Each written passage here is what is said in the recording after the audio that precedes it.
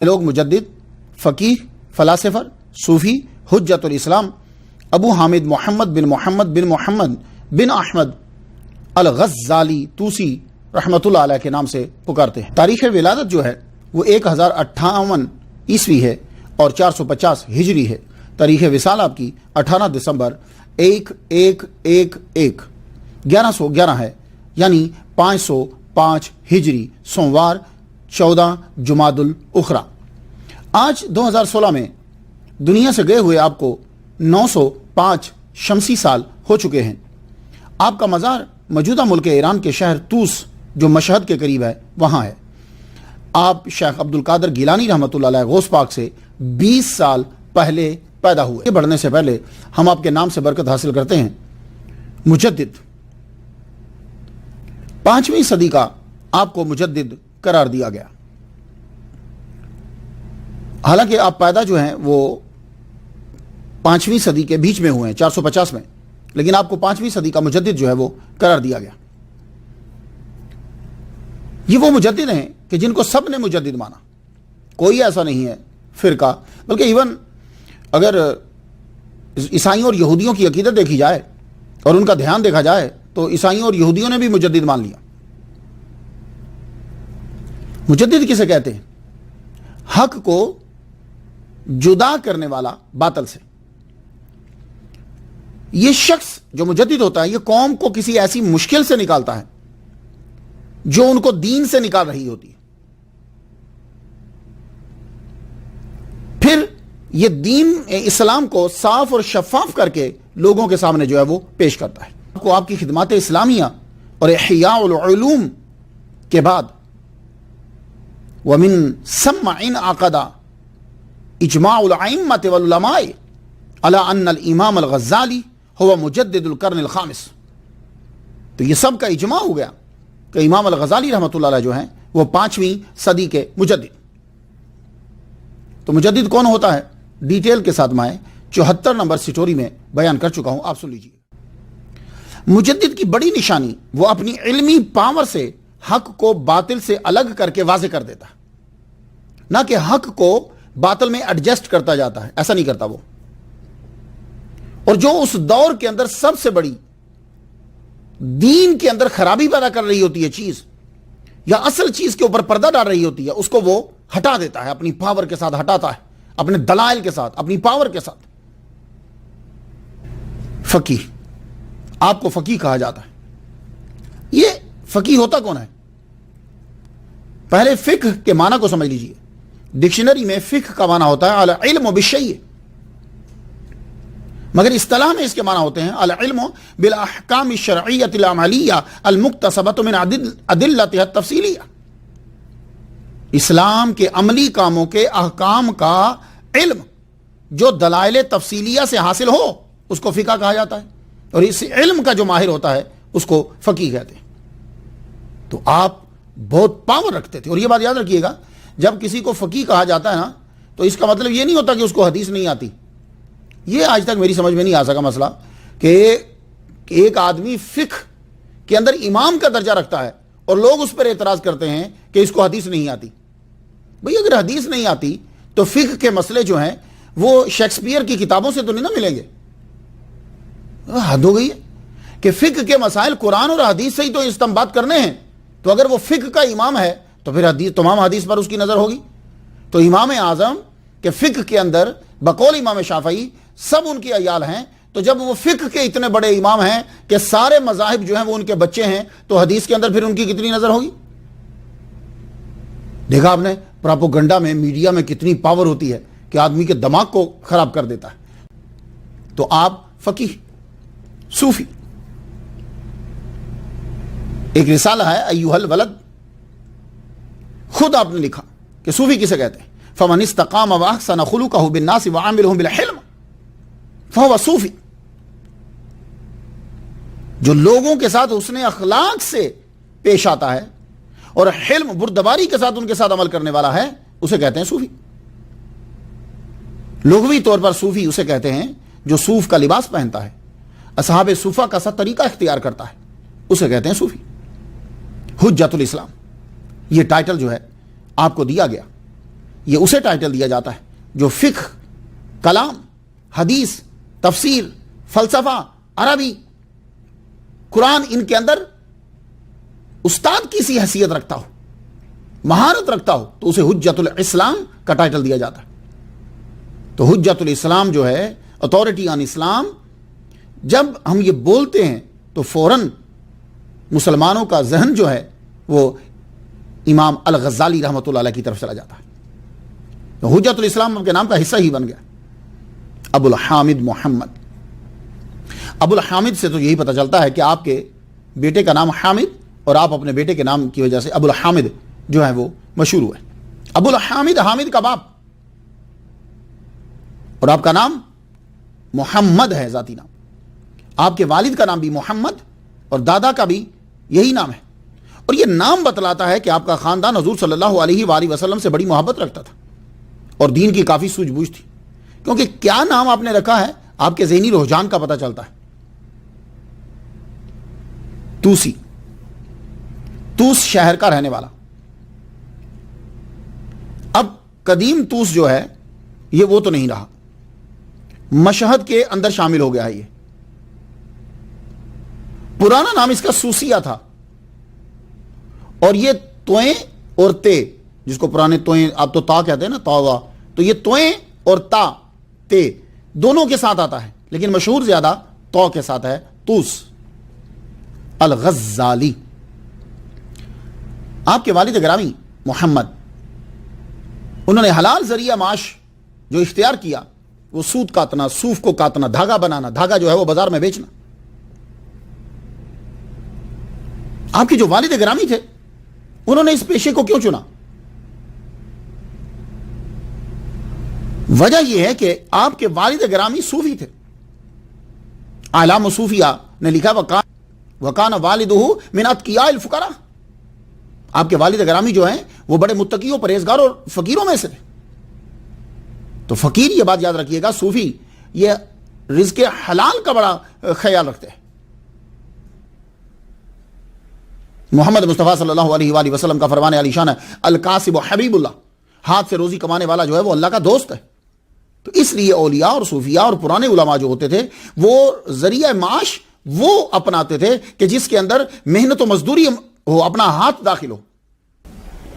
آپ کے والد گرامی ہاتھ سے سوت کاٹتے، دھاگا بناتے، اور اسے توس میں اور خراساں میں جا کر جو ہے وہ بیچتے، اپنے شہر میں اور خراساں میں بھی جا کر بیچتے۔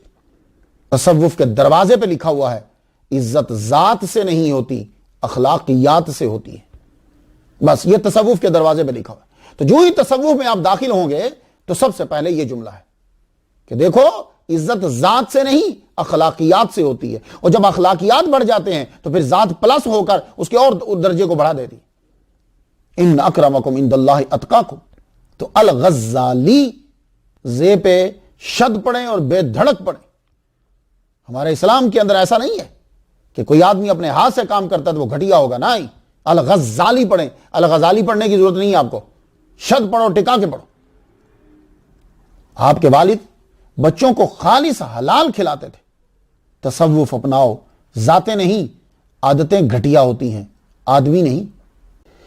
ہم نے امام ابو الحامد حجت الاسلام الغزالی رحمہ اللہ کو موضوع کیوں بنایا؟ ان کا ذکر تصوف کی اہمیت کو اجاگر کرنے کے لیے بڑا ضروری ہے۔ انہوں نے اپنے دور میں دولت، شہرت، وجاہت کی بلندیوں کو چھوا ہے۔ اس دور کی سب سے بڑی یونیورسٹی کے آپ سب سے کم عمر پرنسپل رہے۔ بادشاہ آپ سے مشورہ کیے بنا حکم صادر نہ کرتا تھا۔ آخر تک ہر بادشاہ کی آرزو رہی کہ امام الغزالی جو ہیں وہ میرے ساتھ رہیں، مجھے ان کی معیت ہو۔ پھر بھی آپ نے تصوف کو اپنایا، خانقاہ کی طرف آئے تو ان کا تذکرہ تصوف کے محبین کے لیے دلچسپی سے خالی نہ ہوگا کہ وہ کیا شے تھی کہ پیسہ کمانا چھوڑ دیا، لٹانا شروع کر دیا، جلوت چھوڑ دی، خلوت اپنا دی، نرم بستر چھوڑ دیا، زمین پہ سونے لگ گئے، شاندار کھانے چھوڑ دیے، سبزیاں اور پتے کھانے لگ گئے۔ اس لیے ہم نے امام الغزالی کو موضوع جو ہے وہ بنایا۔ کون حجت الاسلام امام الغزالی، جنہوں نے تطبیق بین العقول والنقول کا طریقہ باقاعدہ ایجاد کر دیا۔ امام الحرمین نے فرمایا کہ غزالی جو ہے یہ بحر زہار ہے۔ امام نووی نے آپ کی کتاب کے متعلق کہا تھا قادل احیاء ان یکون قرآنا، ان قریب یہ احیاء العلوم بہت زیادہ پڑھی جائے گی، جن کی کتاب قواعد العقائد کو حضور صلی اللہ علیہ وآلہ وسلم نے خواب میں سنا اور پسند فرمایا۔ آپ کی سیرت سے پتہ چلتا ہے کہ دنیا کا بڑا مقام حاصل کر لو پھر بھی سکون تصوف میں ہوتا ہے۔ امام غزالی کون؟ آج کے جدید دور کے بندوں کے لیے آپ کی زندگی دلیل ہے کہ تصوف جو ہے یہ دین اسلام کی اصل ہے۔ امام محمد بن یحییٰ نے فرمایا الغزالی هو الشافعی الثانی، امام الغزالی دوسرے امام شافعی ہیں۔ ابن اساکر نے کہا ان جیسا ذہین نہ دیکھا نہ سنا۔ امام شاذلی رحمۃ اللہ علیہ فرمایا کرتے تھے اے میرے مریدو اذا عرضت لکم الی اللہ حاجۃ فتوسلوا الیہ بالامام ابی الحامد الغزالی، اب فرمایا کرتے تھے کہ جب تمہیں کوئی مشکل پیش آئے تو اللہ کی بارگاہ میں کہا کرو اے اللہ تعالیٰ امام غزالی ابی الحامد امام الغزالی کے صدقے سے یا اللہ ہماری حاجت کو پورا فرما دے۔ سلطان سنجر نے یہ کہا تھا آخری عمر میں کہ امام الغزالی سے آپ اگر تشریف لے آئیں، دوبارہ جوائن کر لیں نظامیہ کی نظامت کو، تو میں اعلان کر دوں گا اپنی سلطنت کے اندر کہ سال میں ایک مرتبہ ہر عالم کے لیے ضروری ہے کہ وہ امام الغزالی کے ساتھ ملاقات کرے اور ان کے درس میں بیٹھے۔ یہ ہیں امام الغزالی۔ محی الدین ابن عربی نے کہا کہ حجت الاسلام الغزالی من رؤساء اہل طریق، کہ اہل طریق کے جو بڑے سرکردہ ہیں ان میں سے ایک ہیں امام الغزالی رحمۃ اللہ۔ تو گویا کہ ابن عربی نے آپ کو صوفی جو ہے وہ ڈکلیئر کرا۔ تو اس کے اندر سود کاٹنے کا ایک خاندان کام کرتا تھا۔ یہ سارا گھرانہ اولیاء سے اور دین سے محبت کرنے والا، نام محمد، باپ کا نام محمد، دادا کا نام محمد، پردادا کا نام احمد، ان ناموں سے دین سے عقیدت کا پتہ چلتا ہے، حضور صلی اللہ علیہ وآلہ وسلم سے محبت کا پتہ چلتا ہے، اور ان لوگوں کو حلال روزی کا یہی ذریعہ اچھا لگا اور اپنا لیا۔ امام الغزالی رحمۃ اللہ علیہ کے والد گرامی محمد گھر میں جو ہیں وہ دھاگا بناتے، سود کاٹتے اور اسے جا کے بازار میں خطوس میں اور خراساں میں جو ہیں وہ بیچتے تھے۔ آپ بڑے پرہیزگار تھے، عابد و زاہد تھے۔ جہاں کہیں سنتے کہ بہت مشہور عالم دین آئے ہیں، واعظ آئے ہیں، آپ ان کے محفل میں بیٹھ جاتے سنتے، ان کی تقریر پسند آتی تو وہی محفل میں دعا مانگتے، اے اللہ مجھے ایسا بیٹا عطا فرمانا جو بہت اچھا واعظ ہو۔ کسی فقیہ کے بارے میں سنتے کہ کوئی آیا ہے تو آپ اس کی مجلس میں جاتے، بیٹھتے، جب اس کے مسائل کو سنتے، استنباط کو، استدلال کو، وہ مسائل بیان کرتا، خوش ہوتے، اللہ سے دعا کرتے اللہ مجھے ایسا بیٹا عطا فرما کہ جو فقیہ ہو۔ آپ صوفیاء کی مجلس میں بیٹھتے، فقہاء کی مجلس میں بیٹھتے، وہ وعاظ کی محافل میں جاتے، وہاں دعا کرتے، اور اللہ تعالیٰ نے آپ کی دعا کو قبول کر لیا۔ دعا قبول کی، اللہ نے آپ کو دو بیٹے عطا کیے، ایک کا نام احمد رکھا اور ایک کا نام محمد رکھا۔ 450 ہجری میں اللہ تعالیٰ نے جو بیٹا عطا فرمایا اس کا نام محمد رکھا، اور احمد کو اللہ تعالیٰ نے تصوف کے لیے چن لیا، اور امام محمد کو اللہ تعالیٰ نے فقہ کے لیے، واعظ کے لیے، تصوف کے لیے، فلسفے کے لیے، یعنی سارے علوم جو ہیں انہیں عطا فرما دیے۔ باپ کی دعا جو ہے وہ بیٹے کے لیے قبول ہو گئی، اور یہ واقعی قبول ہوتی ہے۔ باپ جب دعا کرواتا ہے، میرے والد گرامی طالب حسین شاہ رحمۃ اللہ علیہ، وہ جب کبھی کسی عالم دین کے پاس بیٹھتے تھے تو میرے لیے یہی دعا کرواتے تھے کہ آپ دعا کیجئے کہ اللہ تعالیٰ اس کو عالم بنا دے۔ تو دعا یہ والد کی دعا لگی کہ میں اس طرف پھر مڑا، تو آپ کے والد گرامی جو ہیں وہ دعا ہر ایک سے کرواتے، دعا قبول ہوگی، اور کمال کی قبول ہوئی کہ آپ کے بیٹے احمد جو ہیں وہ زبردست تصوف کے ماہر بنے، صوفی بنے، ولی کامل بنے، اور امام محمد زبردست واعظ، زبردست فقیہ اور زبردست فلاسفہ۔ امام محمد الغزالی کے والد گرامی بچوں کو حلال روزی کھلاتے اور بچپن سے ہی مذہبی صوفیانہ ماحول ان کو دیے۔ بلوغت، ابھی بچے بالغ نہیں ہوئے کہ والد گرامی جو ہیں وہ بیمار ہوئے، اور بیمار ہوتے ہوئے بیماری جو ہے وہ طول پکڑتی گئی، ایک دن آپ نے اپنے بیٹے محمد الغزالی کو بھیجا، بیٹے جاؤ میرے دوست کو بلا لو، احمد بن محمد رضا خان کو بلا لو۔ جب وہ آئے، آپ کے دوست ہیں، کہنے لگے سنو، مجھے نہیں لگتا کہ اب میں زندہ رہ پاؤں گا، تم یوں کرو، میرا کچھ ترکہ ہے، میں کچھ دولت تھوڑی سی اکٹھی کری ہے، یہ چیزیں میں تیرے حوالے کرتا ہوں، اب میں چلا جاؤں گا تو ایک ہے میرے بچوں کو علم پڑھا دو کسی طرح سے، اور یہ تیرے ذمہ ہے۔ میں کہا ٹھیک ہے۔ تو وہ جو پیسے تھے وہ آپ کے دوست نے رکھ لیے۔ امام محمد الغزالی رحمۃ اللہ کے والد گرامی دنیا سے تشریف لے گئے۔ اب آپ کے دوست نے اپنے دوست کی بات کو پورا کیا، ان کو داخل کروایا، استاد رکھے۔ تو یہ پیسے پرانے دور میں بھی بہت زیادہ پیسے لگتے تھے علم حاصل کرنے میں، لوگوں نے بڑے بڑے پیسے لگائے۔ وہ توس کے اندر پڑھنے لگے، پڑھانے کے لیے استاد کا انتظام کیا گیا۔ قرآن آپ نے پڑھا، قرآن کو آپ نے حفظ کیا، ابتدائی کتابیں جو ہیں وہ آپ نے پڑھی، لیکن وہ جو چھوڑے ہوئے پیسے تھے وہ اتنے نہیں تھے۔ گھر کا خرچہ، تعلیم کا خرچہ، پیسے جلدی ختم ہو گئے۔ تو ایک دن آپ کے والد گرامی کے دوست نے دونوں بچوں کو بٹھا لیا، کہنے لگے سنو بیٹو، میرے پاس تو اتنا خرچہ نہیں ہے، جو تمہارے والد گرامی مجھے دے گئے تھے میں نے سارا تم پر خرچ کر دیا۔ اب آگے تعلیم جاری رکھنے کے لیے اور آگے جانے کے لیے اور پیسوں کی ضرورت ہے، وہ میرے پاس نہیں ہے۔ تو میں ایسا کرتا ہوں، تو میں کسی ایسے مدرسہ میں داخل کروا دیتا ہوں کہ جس مدرسہ کا خرچہ جو ہے وہ مخیر حضرات جو ہیں وہ پورا کرتے ہیں، میں تمہیں وہاں داخل کروا دیتا ہوں، وہاں فیس کی ضرورت نہیں پڑے گی۔ تو آپ کو وہاں داخل کروا دیا گیا، آپ وہاں پڑھنے لگے۔ امام الغزالی رحمۃ اللہ علیہ نے توس تابران میں جتنا تھا پڑھ لیا۔ اب سوچنے لگے کہ میں کہاں جاؤں؟ تو توس کے قریب ہی ایک قصبہ تھا رازقان،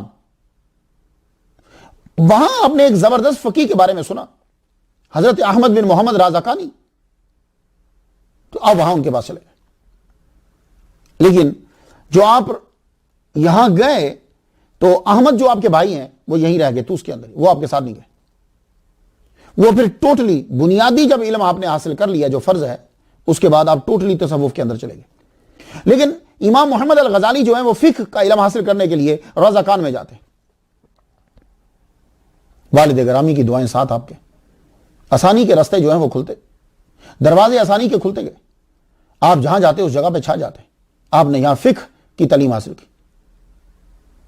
اس کے بعد آپ جرجان کی طرف روانہ ہوئے، اس کا نام استر آباد ہے۔ اب یہ موجودہ ملک ایران کے شہر تہران سے 250 مائلز نارتھ ایسٹ کی طرف ہے۔ آپ یہاں روانہ ہوئے، یہاں امام ابو نصر اسماعیل کے درس میں آپ شامل ہو گئے، آپ نے خوب پڑھا، اور جو درس ہر درس کو آپ نے لکھا، آپ کے پاس تو کافی ڈھیر ہو گیا لکھے ہوئے کاغذوں کا، ایک دفتر جمع ہو گیا۔ تکمیل کے بعد آپ اپنے شہر توس میں واپس روانہ ہوئے۔ امام الغزالی جرجان سے جب توس جا رہے تھے تو رستے میں ڈاکوؤں نے حملہ کر دیا۔ ڈاکوؤں نے حملہ کیا تو ڈاکو ایک کھلی جگہ پر حملہ کرتے تھے کہ لوگ بھاگ نہ سکیں، تو گھیر لیا سارے قافلے کو، انہوں نے قافلے پر حملہ کر دیا اور ہر ایک کے سامان کو لوٹ لیا، چھین لیا۔ آپ کو ایک ڈاکو نے دیکھا کہ آپ کپڑوں میں کچھ چھپا رہے ہیں، وہ آپ کے قریب گیا، کیا چھپا رہے ہو؟ آپ بولے تمہارے مطلب کی چیز نہیں ہے، مگر اس نے وہ تھیلا جو ہے وہ چھین لیا، تھیلا چھین کر چل پڑا کہ بہت قیمتی چیز ہوگی کہ جسے یہ چھپانا ہے۔ سردار کے پاس جا کے تھیلا رکھ دیا، آپ بھی پیچھے پیچھے چلے گئے، سردار کی جا کے منت سماجت کی، یہ تھیلا مجھے واپس کر دیا جائے، یہ میرے لیے تو گولڈ سے بھی بڑھ کر ہے، لیکن آپ کے لیے یہ کوئی اہمیت نہیں رکھتا۔ تو سردار پوچھ ہی بیٹھا، کہنے لگا تو کیا چیز ہے یہ؟ آپ نے کہا میں نے جو کچھ پڑھا ہے آج تک وہ سب اس کے اوپر لکھا ہوا ہے، اور اگر یہ کاغذ تم نے لے لیا تمہارے کسی کام کے نہیں ہے، لیکن میری ساری زندگی جو ہے وہ غارت چلی جائے گی۔ تو وہ سردار ہنسنے لگے، کہتا ہم نے تو سنا تھا کہ علم کو کوئی چوری نہیں کر سکتا، یہ کیسا علم ہے کہ کاغذ نہ ہوئے تو علم نہ ہوا؟ آپ کو یہ بات چبھ سی گئی۔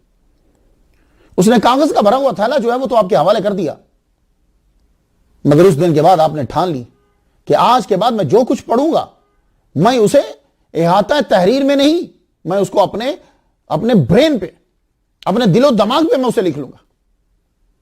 بعض اوقات کوئی مشکل سبق سکھانے کے لیے آتی ہے، مگر مشکل سے سبق مشکل ہی سے ملتا ہے۔ آپ توس میں پہنچے، اپنے گھر پہنچے، وہ جتنا لکھا ہوا تھا 3 سال آپ نے توس میں قیام کیا اور وہ سارے کا سارا آپ نے جو ہے وہ یاد کر لیا۔ اس کے بعد پھر آپ جو پڑھتے آپ زبانی یاد کرتے۔ یہی وجہ تھی کہ آپ جس محفل میں جایا کرتے تھے، جس جگہ آپ پہنچتے تھے، آپ سب پہ چھا جاتے تھے۔ باقی لوگوں کا پڑھا ہوا وہ گھروں میں پڑھا ہوتا تھا اور آپ کا سارا پڑھا ہوا آپ کے برین میں ہوتا تھا، آپ کے دل و دماغ میں ہوتا تھا۔ یہ اللہ تعالیٰ کی طرف سے خاص عنایت تھی۔ جتنی کتابیں آپ نے پڑھی تھی، جو لکھی ہوئی تھی، 3 سال کے اندر ازبر آپ نے یاد کر لی۔ اس کے بعد آپ کے دور میں 2 شہر علم کے مراکز تھے، بغداد اور نیشا پور۔ نیشا پور توس کے قریب تھا، اس لیے آپ نیشا پور پھر روانہ ہو گئے۔ جرجان میں جو کچھ پڑھا تھا اسے یاد کر لیا، اب مزید علم کے لیے آپ نیشا پور کی طرف روانہ ہوئے۔ ان دنوں وہاں امام الحرمین شیخ عبد الملک ضیاء الدین کا طوطی بولتا تھا۔ ان کے پاس 400 طلباء جو ہیں وہ پڑھا کرتے تھے۔ آپ بھی ان کے حلقہ درس میں شامل ہو گئے، پڑھنے لگے، سیکھنے لگے۔ امام الحرمین جو فرماتے آپ فوراً اس کو سمجھ جاتے۔ اس دور میں کیا ہوتا تھا؟ اس دور میں طریقہ یہ تھا کہ استاد جو ہے وہ سبق پڑھا دیتے، اس کے بعد جو طلباء کے اندر سب سے ذہین ہوتا وہ کھڑا ہو کر اس سبق کو رپیٹ کرتا۔ اس کو معید کہتے تھے۔ مانیٹر لفظ بول دیا جاتا ہے آج کے دور میں، وہ معید ہوتا تھا۔ تو امام الحرمین رحمت اللہ علیہ کے مدرسہ میں، آپ کے درس میں معید جو تھے وہ امام الغزالی رحمت اللہ علیہ تھے، اور یہ بہت بڑی بات ہے۔ تو جب آپ معید بن گئے تو گویا کہ سیکنڈ استاد ہے۔ امام الحرمین کی خاص نظر تھی آپ کے اوپر، اور آپ کی محبت بھی ان سے بہت زیادہ ہو گئی۔ یہی وجہ ہے کہ جب تک امام الحرمین رحمت اللہ علیہ زندہ رہے آپ کسی اور طرف نہیں گئے، انہی کے ساتھ جو ہے وہ رہے اور انہی سے پڑھتے رہے۔ آپ نے ان سے بہت کچھ سیکھا۔ جب آدمی کسی ایک چیز کو حاصل کرنا چاہتا ہے، باقی چیزوں کو چھوڑ دیتا ہے، تو وہ چیز زیادہ صحیح اور جلدی حاصل کرتا ہے۔ آپ کا مقصد ہی علم حاصل کرنا تھا۔ آپ نے اسی طالب علمی کے دور کے اندر ہی المنحول جو ہے وہ کتاب لکھی، المنحول فی علم الاصول لکھی۔ اس کتاب کو جب امام الحرمین نے دیکھا، پڑھنے کے بعد فرمایا غزالی جو ہے یہ تو باہر زخار ہے، اور اس کے اندر حدیث کی اقسام، حدیث پہ گفتگو کی آپ نے۔ امام الحرمین سے آپ نے منطق سیکھی، کلام سیکھا، فلسفہ سیکھا اور استاد کی حیثیت حاصل کی۔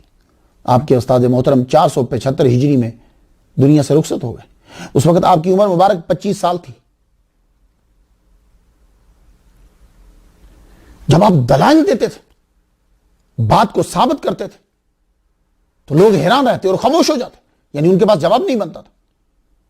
ایک مرتبہ کیا ہوا کہ آپ کچھ لڑکوں کے ساتھ گفتگو فرما رہے تھے، ان کو جب آپ نے دلائل دیے اور جس انداز سے آپ نے گفتگو کی، نظام الملک توسی جو ہے وہ آپ کو سن رہا تھا۔ وہ لڑکے گفتگو سن کر حیران ہو کر چلے گئے، جواب نہ دے پائے، لیکن نظام الملک توسی کی نظروں نے دیکھ لیا، جانچ لیا کہ یہ لڑکا بڑا ہونہار ہے، اس کا طرز استدلال جو ہے مجھے پسند آیا۔ تو اس دور میں خلیفہ تو عباسی ہی تھے، مگر عملی انتظام سلجوکیوں کے ہاتھ میں تھا۔ تو ملک شاہ سلجوکی کے وزیر نظام الملک توسی، اسلامی علاقوں میں ان کی بڑی عزت تھی، بڑی قدر تھی، اور یہ خود علم کے بڑے قدردان تھے۔ آج جس طرح کا نظام تعلیم امریکہ میں ہے، آپ نے اس دور میں مدارس کا جال بچایا،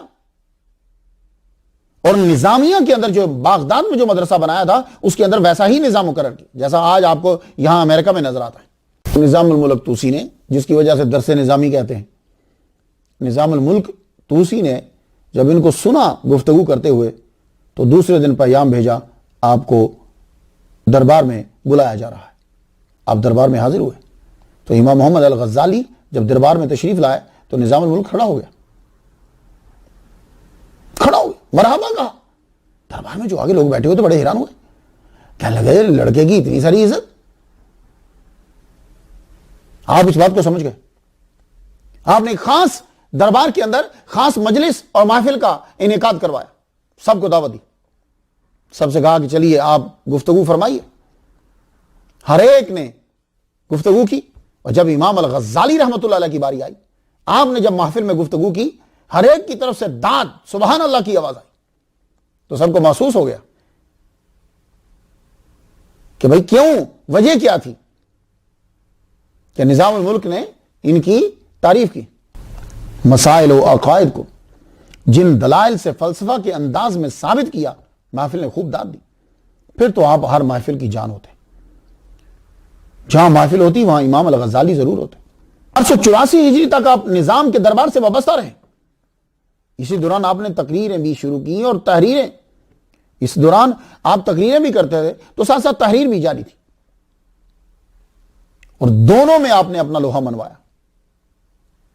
478 میں البسیط الوسیط الوجیز فقہ پہ کتابیں لکھنا شروع کر دی ہم نے. 484 ہجری میں جب آپ کی عمر مبارک صرف 34 سال تھی, آپ کو بغداد کی سب سے بڑی یونیورسٹی کا ڈین بنا دیا گیا. اور جب آپ اس کے پرنسپل بن کر گئے تو اسی وقت ہی آپ نے اسے دیکھا تھا. اس سے پہلے آپ نے اس مدرسے کو دیکھا ہی نہیں ہے.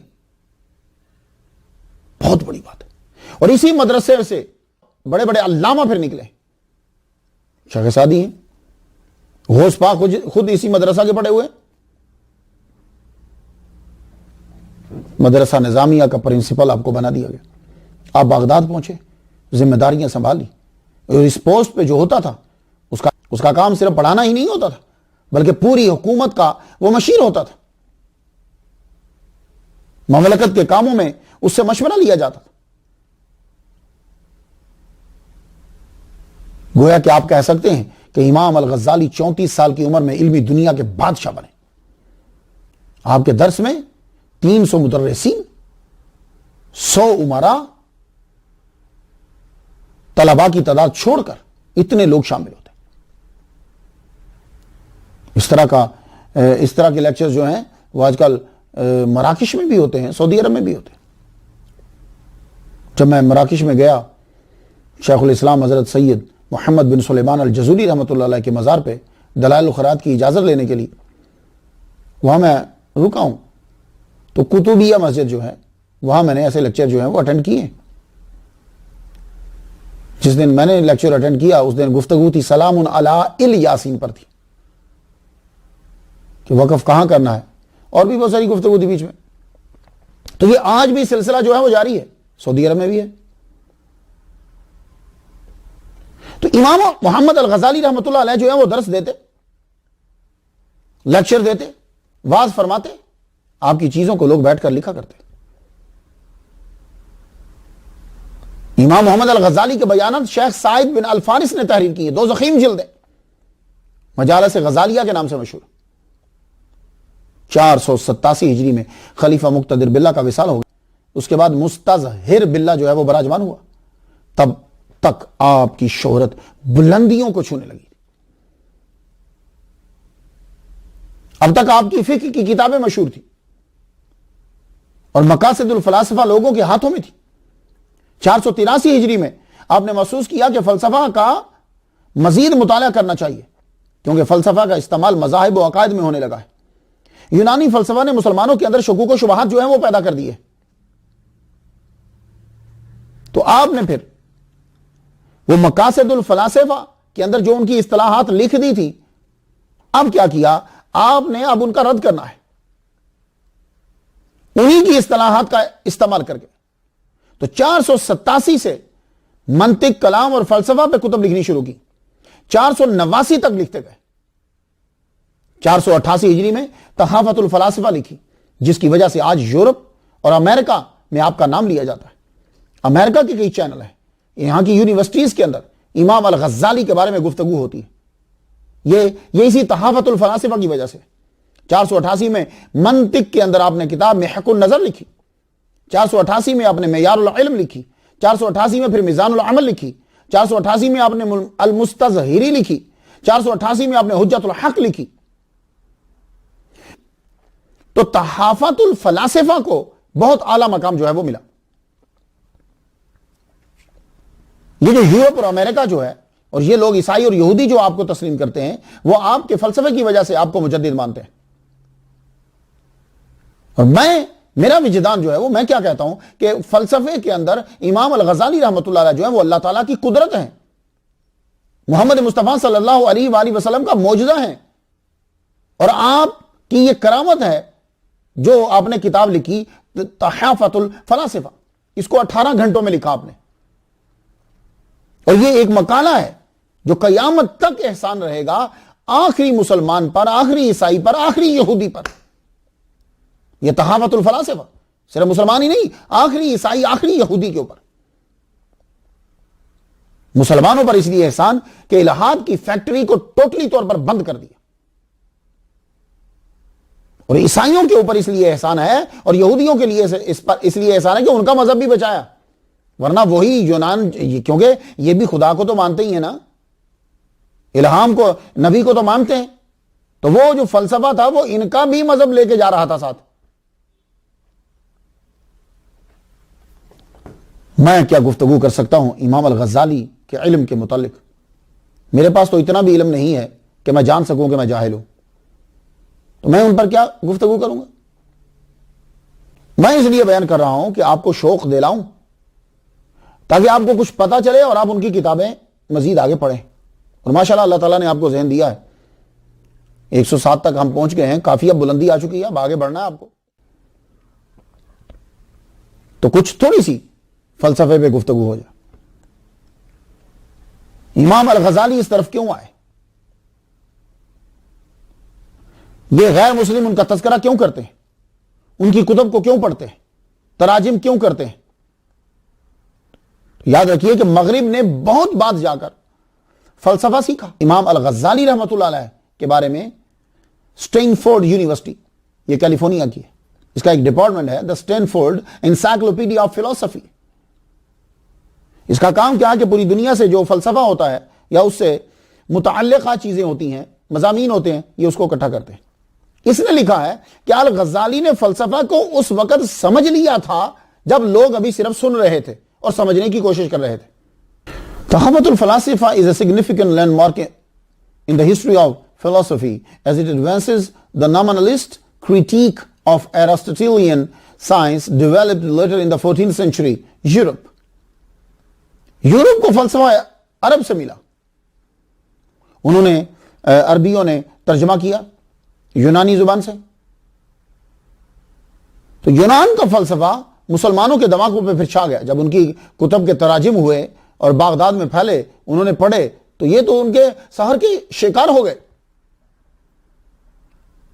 پہلے کیا ہوتا تھا, لوگ اللہ تعالیٰ کو مانتے ہیں, اللہ ہے, قرآن کی آیت پڑھ دی, حدیث پڑھ دی, لیکن بعد میں کیا ہوا کہ انہی چیزوں کے اندر جو بنیادی چیزیں تھیں اس میں شکوک و شبہات پیدا ہونے لگ گئے. انہوں نے وہ فلسفے کی اصطلاحات کو شامل کر دیا اس کے اندر. بنیادی عقائد میں شکوک و شبہات پیدا ہوئے. یہ قرآن مخلوق ہے جو ہے, یہ کس کی وجہ سے پیدا ہوا؟ اسی فلسفے کا تو نتیجہ ہے. پھر مسلمانوں نے اسلامی عقائد کو فلسفے کے ذریعے ثابت کرنے کی کوشش شروع کر دی کہ اعتراض جب اس طرح ہو رہا ہے تب جواب بھی ویسے ہی دیں گے. تو سب سے پہلے جس نے بیڑا اٹھایا امام ابو الحسن اشعری رحمۃ اللہ علیہ. اس کے بعد امام الحرمین نے اس کام کو آگے بڑھایا اور امام محمد الغزالی رحمۃ اللہ علیہ نے اس کام کو مکمل کر دیا. پوری مسلم قوم پر سیکولر فلسفہ کا جادو چھا گیا تھا اور یونانی فلسفہ سے متاثر ہو رہے تھے اور متاثر ہو کر الہات کا شکار ہو رہے تھے. امام الغزالی رحمۃ اللہ علیہ خود فرماتے ہیں, ترجمہ سنیے, ہمارے زمانہ میں بعض لوگ ایسے پیدا ہو گئے ہیں جن کو اپنے متعلق گمان ہے وہ عوام سے زیادہ عقل رکھتے ہیں, چنانچہ وہ خود کو مذہب سے بری سمجھنے لگے. حقیقت یہ تھی کہ آزاد نہ ہوئے بلکہ ارسطو, بکرات, سکرات کی قید میں آ گئے. ان سے متاثر ہو کر انہوں نے اپنے مذہب کو باطل اور لغو جانا. تو پہلے آپ نے مقاصد الفلاسفہ لکھی, پھر ایک اور مقالہ لکھا 18 گھنٹوں کے اندر. یقین جانیے میں تو کیا کروں, یہ ان کے علاوہ اور کچھ کیا نہیں. آپ کو اعتراض ہو سکتا ہے, آپ اعتراض کر سکتے ہو, کیوں اعتراض کرنا آسان ہوتا ہے, پر میں تو یہی کہتا ہوں یہ قدرت ہے اللہ کی. تحفۃ الفلاسفہ جو آپ نے لکھی، اور میرے نبی کا معجزہ ہے کہ جو ظاہر اب آیا، امام الغزالی کے دور میں جا کے ظاہر ہوا. ظاہر ہے کہ آپ لوگ جب گفتگو کریں گے تو آپ اپنی ٹرمینالوجی، ڈیفینیشنز، الفاظ یوز کریں گے. میں ہم کیا کہوں، 18 گھنٹوں کے اندر جو آپ نے ایک مقالہ لکھ دیا ہے، یہ اللہ کی قدرت ہے، محمد مصطفیٰ صلی اللہ علیہ وسلم کا معجزہ ہے، امام الغزالی رحمۃ اللہ کی سب سے بڑی کرامت ہے، اور آپ نے اس کے اندر 20 بنیادی نکات جو ہیں وہ آپ نے تحریر کی ہے یونانی فلسفے کے. اور یہ کرامت نہیں تو اور کیا ہے کہ اس دور کے اندر جو آپ نے نکات لکھ دی ہے، آج نہ کوئی کم کر سکا نہ بڑھا سکا. بڑے بڑے فلاسفر پیدا ہوئے ہیں بھائی، آج کا دور کتنا ترقی یافتہ دور ہے. اس کے بعد بڑے بڑے فلاسفر آئے ہیں جنہوں نے امام الغزالی رحمۃ اللہ علیہ کے اوپر بھی اعتراض جڑ دیے ہیں. ابن رشدی کو لے لیجئے، 20 بنیادی نکات جو آپ لکھ گئے ہیں، نہ کوئی آگے بڑھا سکا نہ کوئی کم کر سکا. کوئی فلاسفر دشمن ہو یا دوست کم نہ کر سکا نہ بڑھا سکا. ابن رشد نے مخالفت کی ہے، لیکن برائے مخالفت کی ہے، مخالفت برائے مخالفت کی ہے ابن رشد نے. کیوں؟ اس لیے کہ وہ خود لکھتا ہے کہ بھائی میں یہ تو نہیں کہتا کہ امام الغزالی کو جو ہے وہ فلسفہ نہیں آتا تھا، لیکن وہ متعصب تھے. اب اس جملے کی کیا حقیقت ہے یہ تو آپ لوگ زیادہ گفتگو کر سکتے ہو بہتر. تحافت الفلاسفہ جس نے انگریزوں کو، عیسائیوں کو، یہودیوں کو حیران کر کے رکھ دیا ہوا ہے. آپ جانتے ہو عربی میں اس کا ترجمہ، انگلش میں ترجمہ، لیٹن میں ترجمہ، گریک کے اندر ترجمہ، بہت ساری زبانوں کے اندر اس کا ترجمہ ہوا.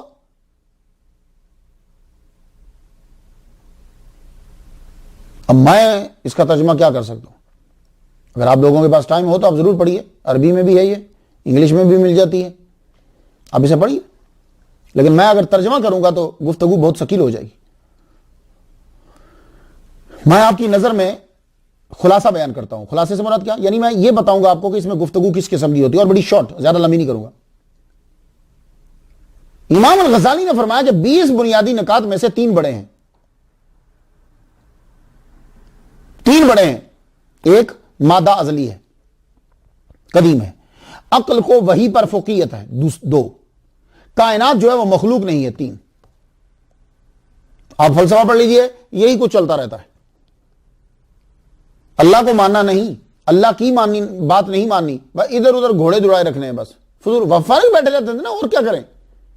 مادہ ازلی ہے، عقل کو وحی پر فوقیت ہے، یعنی جو وحی نازل ہوتی ہے، اور کائنات جو ہے وہ مخلوق نہیں ہے، آگے آگے خود بنتی جا رہی ہے. آپ نے فرمایا، چونکہ آپ خود مجتہد تھے، مجدد تھے، آپ نے فرمایا کہ جو شخص یہ عقیدہ رکھتا ہے کہ مادہ ازلی ہے، عقل کو وحی پر فوقیت ہے، کہ یعنی نبی جو کہتا ہے ہر عقل مند آدمی وہ کہہ سکتا ہے، اور کائنات جو ہے وہ مخلوق نہیں ہے، یہ عقیدہ رکھنے والا آدمی جو ہے وہ کافر ہے، خواہ وہ کتنی عبادت کرتا ہو. اس فتوے کی زد میں اگر کسی فلسفی کو کوئی غصہ چڑھا ہے نا، وہ اس کی وجہ سے ہوا. اس وجہ سے نہیں کہ امام الغزالی کو فلسفہ نہیں آتا تھا، امام الغزالی جیسا فلسفہ کسی کو بھی نہیں آتا تھا. تو آپ نے فرمایا کہ جو عقیدہ رکھے گا، چاہے وہ عابد ہو، زاہد ہو، ظاہر جتنی بھی چیزیں ہوں، یہ عقیدہ رکھنے والا آدمی کافر ہے. تو آپ نے اب جب ان کا رد کرنا چاہا تو 20 کا رد تو بڑا لمبا ہو جائے گا، اور میں بھی اگر گفتگو کرتا ہوں تو بڑی لمبی ہو جائے گی. لیکن آپ نے یہ فرمایا کہ یہ 3 جو ہیں یہ باقی جو ہیں وہ 17 کے اندر بھی ہیں. تو اگر یہ رد ہو جائیں گے تو باقی آٹومیٹکلی چلے گئے. تو آپ نے ان کے رد کے لیے قرآن کی آیات نہیں پڑھی، حدیث مبارکہ نہیں پڑھی. آپ نے فرمایا کہ تمہارے ہی اصول ہم وضع کرتے ہیں کہ یہ تینوں جو ہیں ان کو سب سے پہلے ہم پرکھتے ہیں منطق کے اوپر، جو تمہارا اصول ہے ہم اسی کے اوپر اس کو پرکھتے ہیں. دوسرا، یہ چیزیں جو تم نے بنائی ہیں یہ کیا فائدہ دینے والی ہیں کہ نہیں ہے. تیسرا اصول جس پہ ہم پرکھیں گے اس کو، وہ یہ کہ یہ حق ہے کہ باطل ہے. یعنی انہی کی چیزوں کے اوپر ان کو پرکھا. اب یہ نہیں کہ ہمارا قرآن یہ کہتا ہے، ہماری حدیث یہ کہتی ہے. اب میں آپ کو تھوڑا سا مثال دے دوں تاکہ آپ کو پتہ چل جائے تحافت الفلاسفہ میں گفتگو کس طرح کی ہو رہی ہے. تو بس وہ سمجھانے کے لیے اس پہ میں گفتگو نہیں کر سکتا، اپنا اتنا مقام نہیں ہے، نہ اپنا اتنا علم ہے. پہلی بات یہ ہے کہ فلاسفر یہ کہتے ہیں کہ مادہ ازلی ہے. ہمارا عقیدہ یہ ہے کہ کانتا رتقا ففتقناہما وجعلنا من الماء کل شیء حی. یہ زمین و آسمان پہلے جڑے ہوئے تھے, اللہ تعالیٰ نے حکم دیا قل اعوذ برب الفلق. یہ جو فلق ہے نا, بگ بینگ, یہ اللہ تعالیٰ نے آرڈر دیا, کن کہا تو کائنات جو ہے وہ بنی, اور ہر چیز پر اس کا حکم جو ہے وہ جا رہا ہے. ٹھیک ہے. فلاسفر نے شور مچایا کہ مادہ جو ہے یہ مبدأ عالم ہے, مبدأ حقیقی ہے, یعنی بنیاد ہے یہ کائنات کی, اور اصل جو ہے وہ یہ بنیاد ہے, یہاں سے کام شروع ہوا. اور کہتے ہیں کہ اس کے اندر خود حرکت پیدا ہوئی اور سلسلہ آگے پھر چل نکلا. حرکت پیدا ہو گئی, آگے سلسلہ چل نکلا. وہ یہ چیزیں بندی گئی, سورج خوبصورت سا, چاند, ستارے, آسمان, درخت, یہ انسان, یہ جان, یہ بس حرکت ہوئی, اور آگے جو چیزیں, آگے کسی کی ضرورت ہی نہیں پڑی, کام خود بہت چل پڑا. اب سمجھ رہے آپ, یہ فلاسفر کہتے ہیں. اچھا بھائی, تم خدا کا انکار کیوں کرتے ہو, یہ مادہ کو آگے کیوں لے آئے ہو؟ کہنے لگے اس لیے کہ اللہ پاک محسوس نہیں ہوتا, تو جو محسوس نہیں ہوتا, ہم نے مشاہدہ نہیں کیا, تو ہم نہیں مانتے. اچھا, تو بھائی مشاہدہ کی رٹ لگانے والوں, مادہ کی حرکت کا مشاہدہ کیا تم نے؟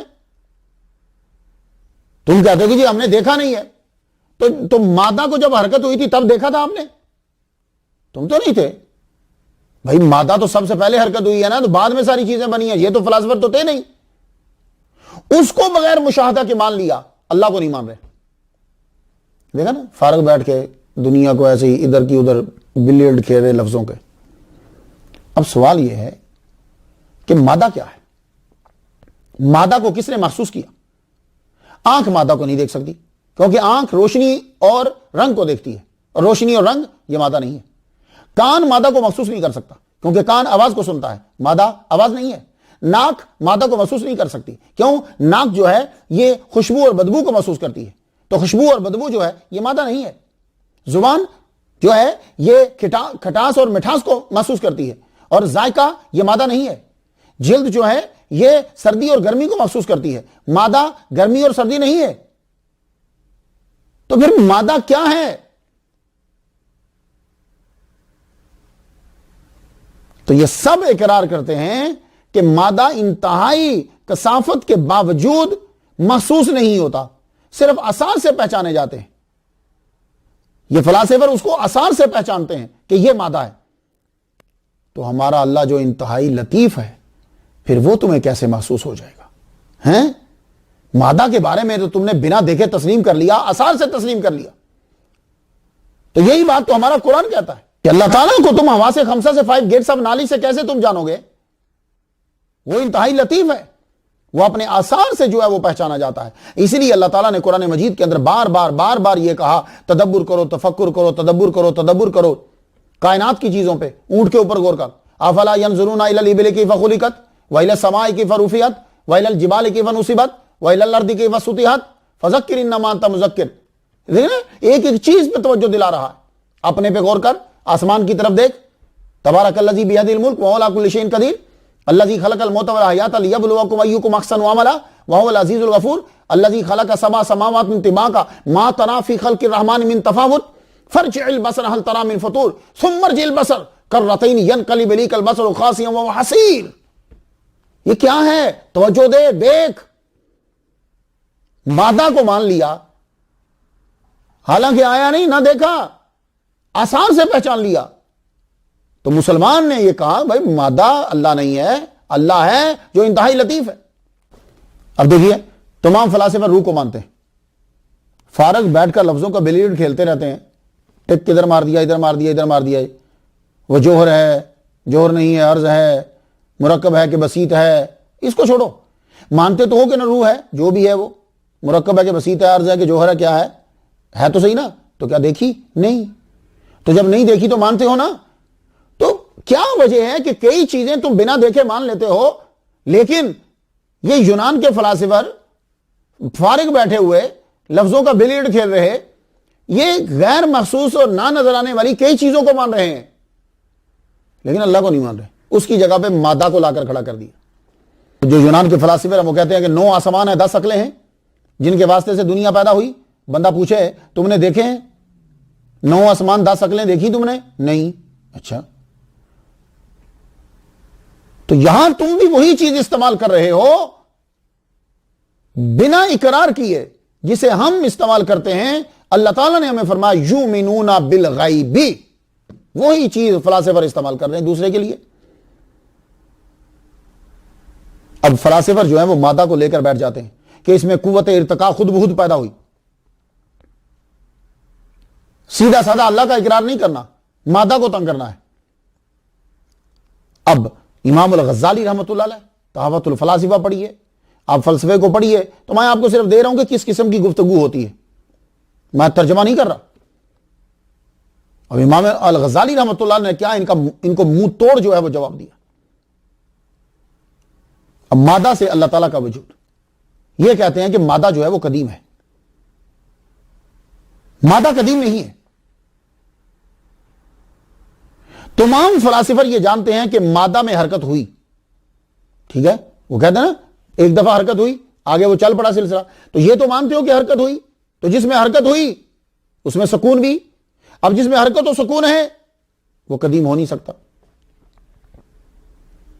جس میں حرکت اس میں سکون کی قابلیت، اور جب سے مادہ ہے حرکت و سکون الگ نہ ہوا، اس وجہ سے مادہ جو ہے وہ حادث ہے، قدیم نہیں ہے. کیونکہ حدوث اس کی حقیقت میں داخل ہو گیا. اب یہ کوئی نہیں کہہ سکتا کہ مادہ حرکت و سکون کے بغیر پایا گیا، کیونکہ کوئی شے اپنی صفت لازمی، جو لازمی صفت ہوتی ہے، اس کے بغیر نہیں پایا جاتا. تو مادہ کو قدیم مانو تو حرکت و سکون جو لازم ہے انہیں حادث مانو، تو لزوم کا ربط نہیں ہو سکتا. تو جب ثابت ہوا کہ مادہ حادث ہے، تو اب سوال یہ ہے کہ عدم سے وجود میں کیسے آ گیا. تو ماننا پڑے گا مادہ کسی ایسی ذات نے، مادہ کو کسی ایسی ذات نے اپنی مصلحت سے پیدا کیا جو ازل سے ہے. اللہ اکبر جل شانہ. اب مادہ غیر ذی شعور ہے، ذی شعور نہیں ہے. تو جب ایک چیز ذی شعور نہیں ہے تو اس نے شعور والی چیزیں کیسے پیدا کر دی؟ اس مادہ نے انسان کیسے پیدا کر دیا؟ اس مادہ کو کیسے پتا چلا کہ آنکھیں یہاں ہونی چاہیے اور ایک گڑا ہونا چاہیے اس کے اندر ہوں؟ کیونکہ بچہ بار بار گرتا ہے تو یہ چوٹ یہاں لگے، یہ آنکھ ایک دفعہ پھوٹ گئی تو دوبارہ نہیں بنے گی، یہ پھٹ گیا تو خیر ہے کوئی بات نہیں، صحیح ہو جائے گا. مادہ کو کس نے بتایا کہ کان دو ہونے چاہیے اور اس سائڈ پہ ہونے چاہیے اور اس کی ایک ڈش ہونی چاہیے تاکہ ہوا اندر پھنس کر اندر گھوم جائے؟ مادہ کو کس نے بتایا کہ ناک یہاں ہونا چاہیے؟ اگر ناک پیچھے ہوتا تو پھر کیا کرتے؟ روٹی کھاتے پہلے پیچھے لے کر جاتے. مادہ کو کس نے بتایا کہ دو کڈنی ہونی چاہیے، ایک جب ورک نہیں کرے گی تو دوسری کرنے لگ جائے؟ ایک غیر ذی شعور کو مادہ جس میں شعور نہیں ہے اس نے ایسا زبردست انسان کیسے بنا دیا ہے؟ یار ایک کمپیوٹر نہیں بنا سکتے، کسی مادے غیر ذی شعور کو بولو کمپیوٹر بنا دے، جبکہ کمپیوٹر انسان کے برابر میں کوئی کچھ بھی مقام نہیں رکھتا. تو ماننا پڑے گا.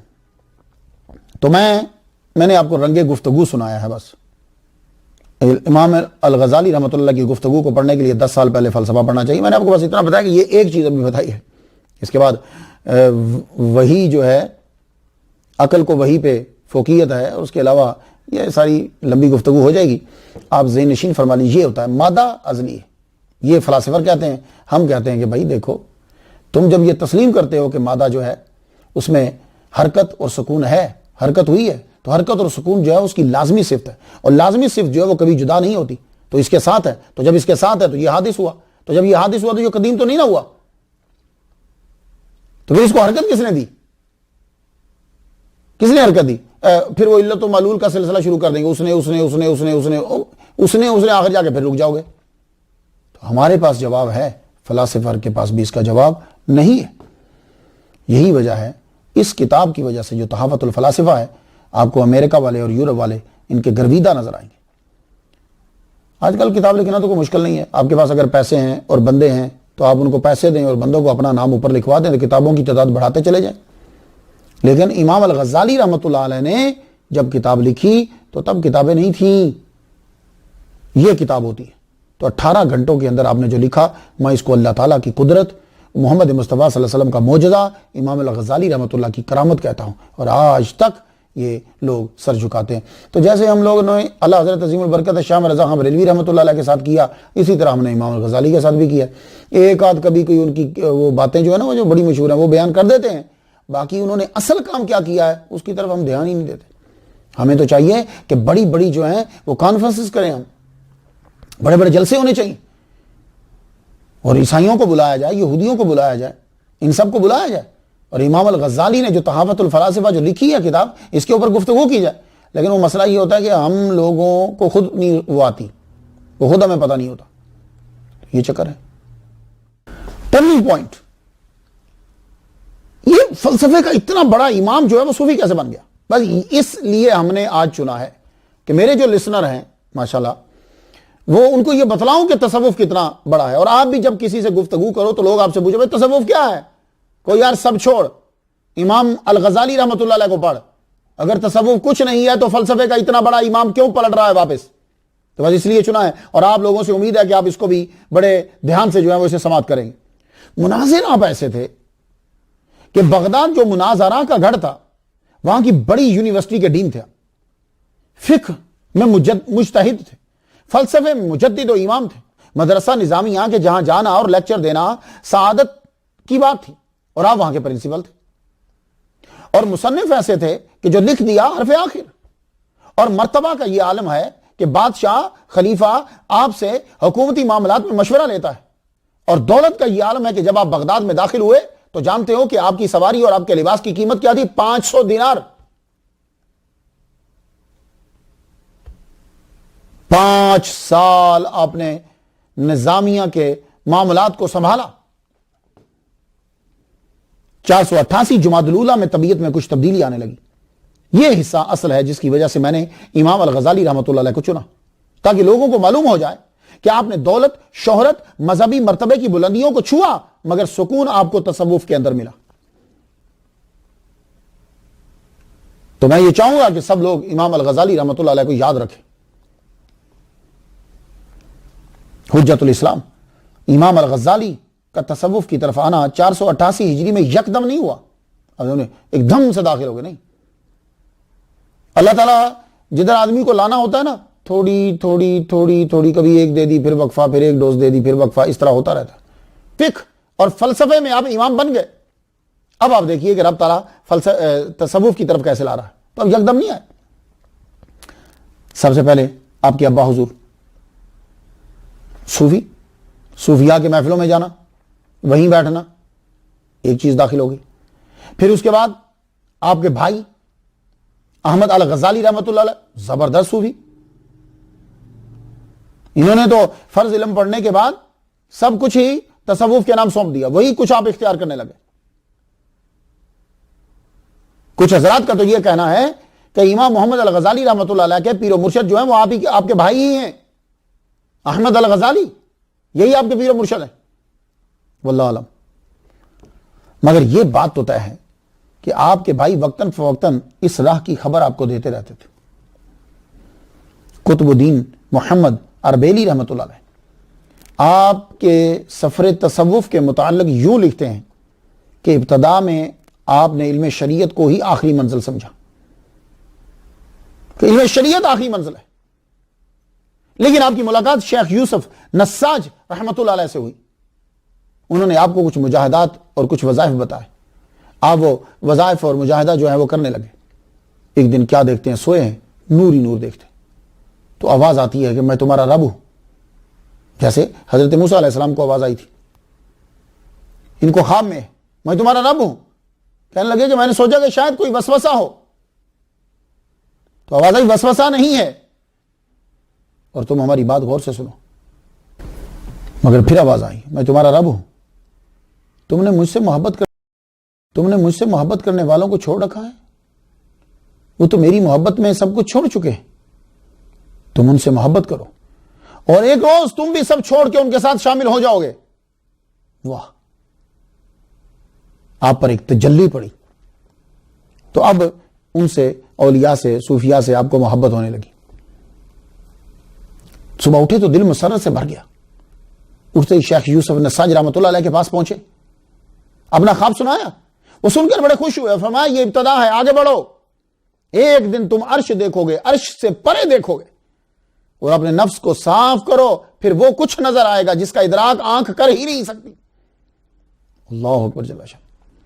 اس کے بعد آپ شیخ ابو علی فارمزی رحمۃ اللہ علیہ سے بھی آپ کی ملاقات ہوئی، ان سے بھی وظائف سیکھے، نوافل پڑھنے کا طریقہ اور نوافل سیکھے، ان سے عبادات میں یکسوئی کا طریقہ سیکھا۔ علامہ عبد الرحمن الجامی رحمۃ اللہ علیہ اپنی شعر آفاق کتاب نفحات الانس میں لکھتے ہیں کہ آپ کی امام شیخ علی فارمزی رحمۃ اللہ علیہ سے ملاقات اور عقیدت تھی، اور امام الغزالی رحمۃ اللہ علیہ نے ان کا قول بھی لکھا ہے، ترجمہ اس کا، سالک کے لیے اللہ تعالیٰ کے سارے صفاتی نام بھی وصف بن جائیں تب بھی وہ سلوک میں واصل کامل نہیں ہے۔ کہ یعنی ولی کامل کیا ہوتا ہے کہ اللہ تعالیٰ کے جو نام ہے نا، صفاتی نام، وہ سارے صفاتی نام کو اپنی عادات کے اندر داخل کر لے تو پھر بھی وہ کامل ابھی تک نہیں ہوا۔ یہ قول امام الغزالی رحمۃ اللہ علیہ نے جو ہے وہ نقل کیا۔ بعض نے ان کو امام الغزالی رحمۃ اللہ علیہ کا پیر و مرشد قرار دیا۔ شیخ ابو علی فارمزی رحمۃ اللہ علیہ کا اصل نام فضل بن محمد تھا۔ آپ نے فیض حاصل کیا شیخ ابو القاسم قاسم کشیری رحمۃ اللہ علیہ سے، اور امام الغزالی رحمۃ اللہ علیہ کے جو بھائی ہیں وہ بھی انہی کے مرید ہیں، ابو القاسم کشیری رحمۃ اللہ علیہ، اور سارا فیض انہوں نے انہی سے حاصل کیا۔ اور شیخ احمد الغزالی رحمۃ اللہ علیہ جو امام غزالی کے بھائی ہیں، ان کو اتنا کشف حاصل تھا، ایک مرتبہ بیٹھے ہوئے ہیں، کسی نے اگر پوچھا کہ آپ کے بھائی محمد کدھر ہیں، کہنے لگے وہ خون میں ہیں۔ وہ آدمی اٹھا اور مسجد میں گیا تو دیکھا تو امام محمد الغزالی رحمۃ اللہ علیہ بیٹھے ہوئے کچھ سوچ رہے ہیں، قریب گیا اور جا کر اس نے وہی بات بتلا دی جو آپ کے بھائی نے کی تھی۔ تو ہم مسکرا پڑے، کہنے لگے اس نے سچ کہا ہے، اصل میں ابھی اس وقت فقہ کا ایک چیپٹر ہے باب الحائض، اس کے بارے میں سوچ رہا تھا۔ تو اس نے صحیح کہا کہ میں خون میں ہوں۔ اتنا کشف تھا آپ کا۔ یہ باتیں سنانے کا مطلب یہ تھا کہ ایسی بات نہیں کہ آپ تصوف کو جانتے نہ تھے، مگر رجحان کم تھا۔ جب اللہ تعالیٰ نے آپ کو شریعت و فلسفہ کا امام بنا دیا، اب اپنی طرف اور طریقت کی طرف کھینچ لیا۔ 488 ہجری داخل ہوئی تو تصوف کا یہ بیج آپ کے دل میں جو تھا بڑا ہونے لگا۔ اس کا سبب خود سنیں، آپ کیا فرماتے ہیں، جو انہوں نے اپنی کتاب المنقذ من الدلال والمفصح عن الاحوال میں لکھا ہے۔ قلموں، فلاسفہ، باطنیہ، صوفیہ کا مطالعہ کیا، مگر صوفیہ کو سچا پایا، حقیقت ان کے پاس ملی۔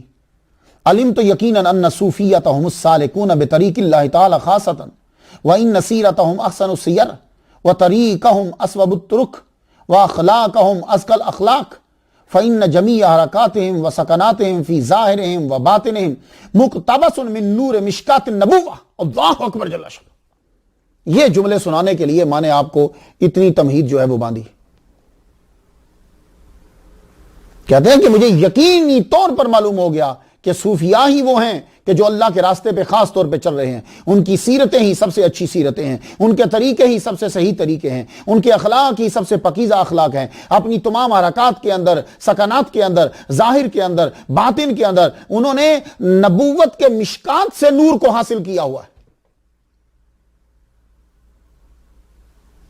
آپ نے حضرت جنید بغدادی رحمہ اللہ، بھائی یزید بستامی، امام محاسبی، ابی طالب مکی، اللہ تعالیٰ ان سب پر رحمت نازل فرمائے، ان کے ملفوظات و اشارات کو پڑھا اور راہ پر واضح ہو گئی۔ جب آدمی شریعت پڑھ لیتا ہے تو طریقت اس کا دوسرا مقام ہے، اس کے بعد پھر حقیقت۔ WRW گارڈنر نے امام الغزالی رحمہ اللہ پہ ایک مضمون لکھا ہے، الغزالی ایز صوفی۔ اسے کیلیفورنیا کی یونیورسٹی نے 26 اپریل 2012 میں چھاپا۔ وہ لکھتا ہے، according to Imam al-Ghazali, religion consists of 3 parts: belief, works and experience of spiritualities۔ تو امام الغزالی رحمہ اللہ کے نزدیک 3 چیزیں ہو گئی۔ سب سے پہلے اللہ تعالیٰ پر یقین ہے، پھر اس کے بعد عمل کرنا ہے، اور پھر ایکسپیرینس آف اسپرچولیٹیز۔ یہ بہت ضروری ہے، طریقت۔ بس وہ دن آ گیا جب جسم سے روح کا سفر، باہر سے اندر کا سفر، ظاہر سے باطن کا سفر، شریعت سے طریقت کا سفر، حال سے حال کا سفر شروع ہونے والا تھا۔ اب لیکچر دے رہے تھے تو احمد الغزالی رحمۃ اللہ علیہ آپ کی جولانی کو اور روانی کو دیکھ رہے ہیں اور مسکرا رہے ہیں۔ آگے طلبا کیا علماء بیٹھے ہوئے آپ کی محفل کے اندر۔ آپ نے جب ان کی شان و شوکت کو دیکھا تو آپ نے ایک صوفیانہ شعر پڑھا اور پڑھ کے چل دیے. اب پتہ نہیں وہ کیا وقت تھا, وہ شعر دل میں کھو گیا. اس جملے نے ہلچل مچا دی. وہ تصوف کا بیچ ایک دم درخت بن گیا. اس نے باقی رستے حتیٰ کہ زبان بھی بند کر دی. دوسرے دن آپ لیکچر دینے کے لیے جب مسند پر بیٹھے, اعوذ باللہ اعوذ باللہ اعوذ باللہ من الشیطان اعوذ باللہ من, اس کے علاوہ منہ سے کچھ نکل ہی نہیں رہا. جس کے سامنے دنیا کے فلاسفر جو ہیں وہ گنگے ہو گئے تھے, آج وہ ان کے سامنے کہ جو ان کے اپنے شاگرد ہیں, آپ بول نہیں پا رہے. اعوذ باللہ من الشیطان اعوذ باللہ من الشیطان, بس اس سے آگے آپ کی زبان نہیں چل رہی. آپ مسند سے اٹھے اور گھر چلے گئے. عجیب کیفیت آ رہی ہو گئی. تمام قیمتی لباس صندوق سے نکال کے باہر پھینک رہے ہیں. اپنے کپڑے, اپنے جوتے باہر پھینک رہے ہیں. آخر میں آپ کو ایک تسبیح ملی. وہ تسبیح آپ کے ابا کی تھی جو آپ نے سنبھال کے رکھی ہوئی تھی. آپ کے ابا پڑھتے تھے. تسبیح نکال کے چومنے لگا. تسبیح پکڑ کے ساری رات روتے گزر گئے. بقول علامہ اقبال, کچھ ایسی کیفیت تھی عطا اسلاف کا سوزے دروں کر, شریک زمرائے لا یحزنون کر, خرد کی گتھیاں سلجھا چکا ہوں, میرے مولا مجھے صاحب جنوں کر. کھانا پینا چھوڑ دیا. طبیب بلائے گئے. طبیبوں نے آ کے چیک کیا, کہنے لگے نہیں, جسمانی بیماری ہے ہی نہیں ہے, یہ کوئی مسئلہ ہی ہو رہا ہے. کچھ حالت سنبھلی تو بھائی کو بلایا, اپنی فیملی اور سب کچھ ان کے حوالے کر دیا. کہا یہ میرے بچے, یہ میری بیوی, ان کا خیال رکھنا. اور ضرورت کی جو چیزیں تھی وہ رکھی. باقی اپنے سارے قیمتی لباس, سب چیزیں اللہ تعالیٰ کے نام پر غربا کو دے دی. فرماتے میں چلا حال کے راستے.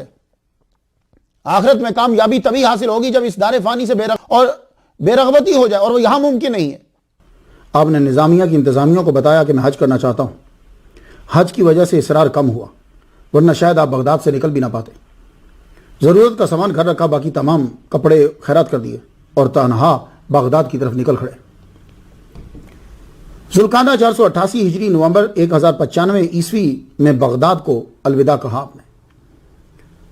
تو یہاں سے آپ نے سیریا شام کا رخ کیا. مسجد اموی دمشق میں پہنچے. ابن اسیر نے لکھا ہے کہ مسجد کے مغربی منارہ جو تھا اس میں بیٹھ جاتے, عبادت کرتے, مراقبہ اور ذکر جو تصوف کی چیزیں ہیں وہ آپ وہاں کرتے رہتے, اور مسجد کی صفائی بھی کرتے. یہ ذرا چیزیں دیکھیے, اب مسجد کی صفائی کرتے, جھاڑو دیتے مسجد کے اندر. کوئی آپ کو پہچانتا نہیں تھا. اور رات کے ٹائم کیا ہوتا, باہر نکل جاتے, کسی ٹوٹے ہوئے مکان کے اندر بیٹھ جاتے آگ جلا کے, اور وہاں بیٹھ کر اس آگ کی روشنی کے اندر لکھنے لگ جاتے. لکھتے بھی تھے ساتھ. ایک دن آپ جھاڑو دے رہے ہیں تو مسجد اموی کے اندر جو ہے وہ ہلکا بھی لگتے تھے, درس بھی ہوتے تھے. ایک کسان آیا, وہ آ کر علماء سے پوچھتا ہے مسئلہ, وہ اس سے جواب نہ دے پائے, اس کی تسلی نہ ہوئی. وہ آپ کے پاس سے جب گزرا تو آپ نے اس کو کہا ٹھہریے, آپ نے کیا سوال پوچھا ان سے؟ کسان نے سوال کو دہرایا. امام محمد الغزالی رحمۃ اللہ علیہ نے تسلی بخش اسے جواب دیا. اور جب وہ گفتگو کر رہے تھے تو علماء آپ کو دیکھ رہے تھے. جب اس آدمی کے چہرے کے اوپر اطمینان کے آثار نظر آئے تو وہ بھی قریب آ گئے. کہنے لگے کیا جواب دیا ہے؟ تو وہ جواب جب سنایا تو وہ ان کو دیکھنے لگے. کہنے لگے ہم ان کو روز دیکھتے ہیں, یہ یہاں جھاڑو دیتے ہیں. تو گفتگو جب چلی تو پھر انہیں معلوم ہوا کہ یہ شخص کتنا بڑا عالم ہے, اس کے پاس تو بہت علم ہے. تو آپ نے خود کو چھپایا ہوا تھا. تو وہ لوگ کہنے لگے حضور آپ ہمارے حلقہ میں بیٹھا کریں. آپ چند دن بیٹھے اور جو آپ نے گفتگو فرمائی وہ لوگ آپ کے بڑے گرویدہ ہو گئے. تو اکثر ٹاپک پہ جب گفتگو ہوتی تھی تو وہ آپ ہی سے گزارش کرتے تھے کہ آپ جو ہیں وہ اسے بیان کیجئے. تو آپ بیان کرتے تو وہ لوگ لکھتے, بڑے حیران رہتے. آپ نے 2 سال یہاں قیام فرمایا, 489 ہجری اور 490. الاقتصاد فی الاعتقاد یہاں لکھی, قواعد العقائد لکھی, الرسالۃ القدسیہ لکھا, احیاء العلوم آپ نے یہیں شروع کی تھی. اور یہاں آپ نے احیاء العلوم کی پہلی جلد کے درس بھی دیا ہے آپ نے یہاں. اللہ اکبر جل شان. ایک روز بقول علامہ ذہبی رحمۃ اللہ علیہ کہ آپ جامعہ امینیہ دمشق کے اندر بیٹھے ہوئے تھے کہ ایک حلقہ درس تھا، وہ لیکچر دے رہے تھے. اس لیکچر کے اندر استاد صاحب نے اپنے طلباء سے یہ کہا کہ امام الغزالی یہ کہتے ہیں. بہت بڑی بات ہے کہ آپ اپنی گفتگو کے اندر کسی کو بطور دلیل بطور حوالہ پیش کریں. کہا امام الغزالی یہ کہتے ہیں. تو امام غزالی فرماتے ہیں کہ اس دن پھر میں نے دمشق کو چھوڑ دیا کہ کہیں تکبر اور غرور میرے اندر پیدا نہ ہو جائے. وہاں سے آپ دمشق بیت المقدس کی طرف روانہ ہوئے. 490 ہجری کے آخری مہینوں میں دوسرے حصے میں آپ بیت المقدس گئے اور حضرت ابراہیم علیہ السلام کی قبر کی طرف آپ بڑھے. امام الغزالی رحمۃ اللہ علیہ 490 کے آخری مہینوں میں بیت المقدس کی طرف بڑھ گئے. اعلام الصوفیہ صفحہ 389 پر ہے، حین ارتحل الی بیت المقدس یدخل کل یوم قبۃ الصخرہ. آپ وہاں پہنچے تو قبۃ الصخرہ جو ہے نا، اسے آج کل ڈوم آف دا راک کہتے ہیں. تو آپ وہاں اندر داخل ہو جاتے اور وہاں بیٹھ کر مراقبہ کرتے. ساتھ ساتھ لکھائی کا کام بھی شروع. وہاں بھی لوگوں کو آپ نے تعلیم دی. اپنا بتاتے نہیں تھے، لیکن ایک عام جیسے استاد ہوتا ہے، جسے قرآن یاد ہے یا چیزیں آتی ہیں، آپ وہاں بیٹھ کر بھی لوگوں کو تعلیم دیتے. قواعد العقائد آپ نے یہی لکھی ہے. یہاں زیادہ عرصہ نہیں گزرا تو رخصت ہونے سے پہلے آپ حضرت ابراہیم علیہ السلام کی قبر مبارک میں تشریف لے کر گئے. تو امام الغزالی رحمۃ اللہ علیہ قبر پہ گئے، زیارت کی، دعا مانگی اور عہد کیا کہ کسی بادشاہ کے دربار سے وابستہ نہ ہوں گا، کسی بادشاہ سے تحفے تحائف قبول نہ کروں گا، کسی سے مناظرہ نہ کروں گا. یہ 3 باتیں حضرت ابراہیم علیہ السلام کی قبر پہ آپ نے وعدہ کیا. وہاں سے پھر آپ حج کے لیے روانہ ہوئے. کتنا عمل ہے حدیث کے اوپر. کیوں؟ اس لیے کہ بیت المقدس سے حج یا عمرہ کرنے کے لیے روانہ ہونا بہت ثواب کی بات ہے بنسبت دوسرے شہروں کے. آپ وہاں سے حج کے لیے روانہ ہوئے، حج کا فریضہ ادا کیا، مدینہ شریف حاضری دی. وہاں آپ نے ملاقات کی علماء سے، صوفیاء سے. وہاں بھی کچھ دیر آپ رہے. مصر میں پھر اس کی بات چلے گئے. اسکندریہ میں آپ رہے. بقول ابن خلقان یوسف بن تاشفین سے ملنے کے لیے مراکش جانا چاہتے تھے، مگر آپ کو اس کے انتقال کی اطلاع ملی. اس کا انتقال 499 ہجری میں ہوا ہے. حضرت رحمت ربی میں نے اس کی قبر پہ بھی فاتحہ پڑھی. تو امام محمد الغزالی رحمۃ اللہ علیہ تقریباً 488 سے 499 تک بغداد سے باہر رہے. آپ نے صوفیاء سے ملاقات کی، مزارات پر حاضری دی، مکہ مدینہ قیام کیا. اس دوران آپ نے بہت ساری کتابیں بھی آپ نے لکھی. آپ کا ایک لکھا ہوا صفحہ ایک کتاب ہے. ایک لکھا ہوا صفحہ ایک کتاب ہے. بغداد آپ واپس آئے. کیوں؟ امام صاحب کا باطنی سفر مکمل ہوا تو آپ کو خواب میں الہام ہوا کہ اب آپ واپس جائیں. لوگوں کی اخلاقی زندگی متاثر ہو رہی ہے، آپ کو بھی لوگوں کی اصلاح کرنی ہے. علم اس وقت مکمل نہیں ہوتا جب تک طریقت شامل نہ ہو. آپ بغداد پہنچ گئے تو اللہ تعالیٰ نے سنجر سلجوکی، معز الدین و دنیا ابو الحارث احمد سنجر بن ملک شاہ، یہ اس کا پورا نام ہے، اس کے دل میں اللہ تعالیٰ نے یہ ڈال دیا کہ 11 سال میں بغداد کے حالات میں کافی تبدیلی آ گئی ہے اور اخلاقی اقدار جو ہیں وہ ختم ہو رہی ہیں. اسلام صرف مناظرہ تک محدود رہ گیا ہے. پھر ایک دفعہ امام الغزالی کو مسند پر لے کر آؤ واپس دوبارہ، تاکہ ان کی اخلاقی اقدار کو ٹھیک کریں. اور یہی سیم اشارہ جو ہے وہ جو صاحب درد علماء ہیں ان کے دل میں بھی ہوا. تو بغداد کے اندر مشہور ہو چکا تھا کہ امام الغزالی تشریف لا چکے ہیں واپس. 11 سال کے بعد اب واپس تشریف لائے. جب سلطان کو پتا چلا تو اس نے اپنے وزیر فخر الملک کو بھیجا.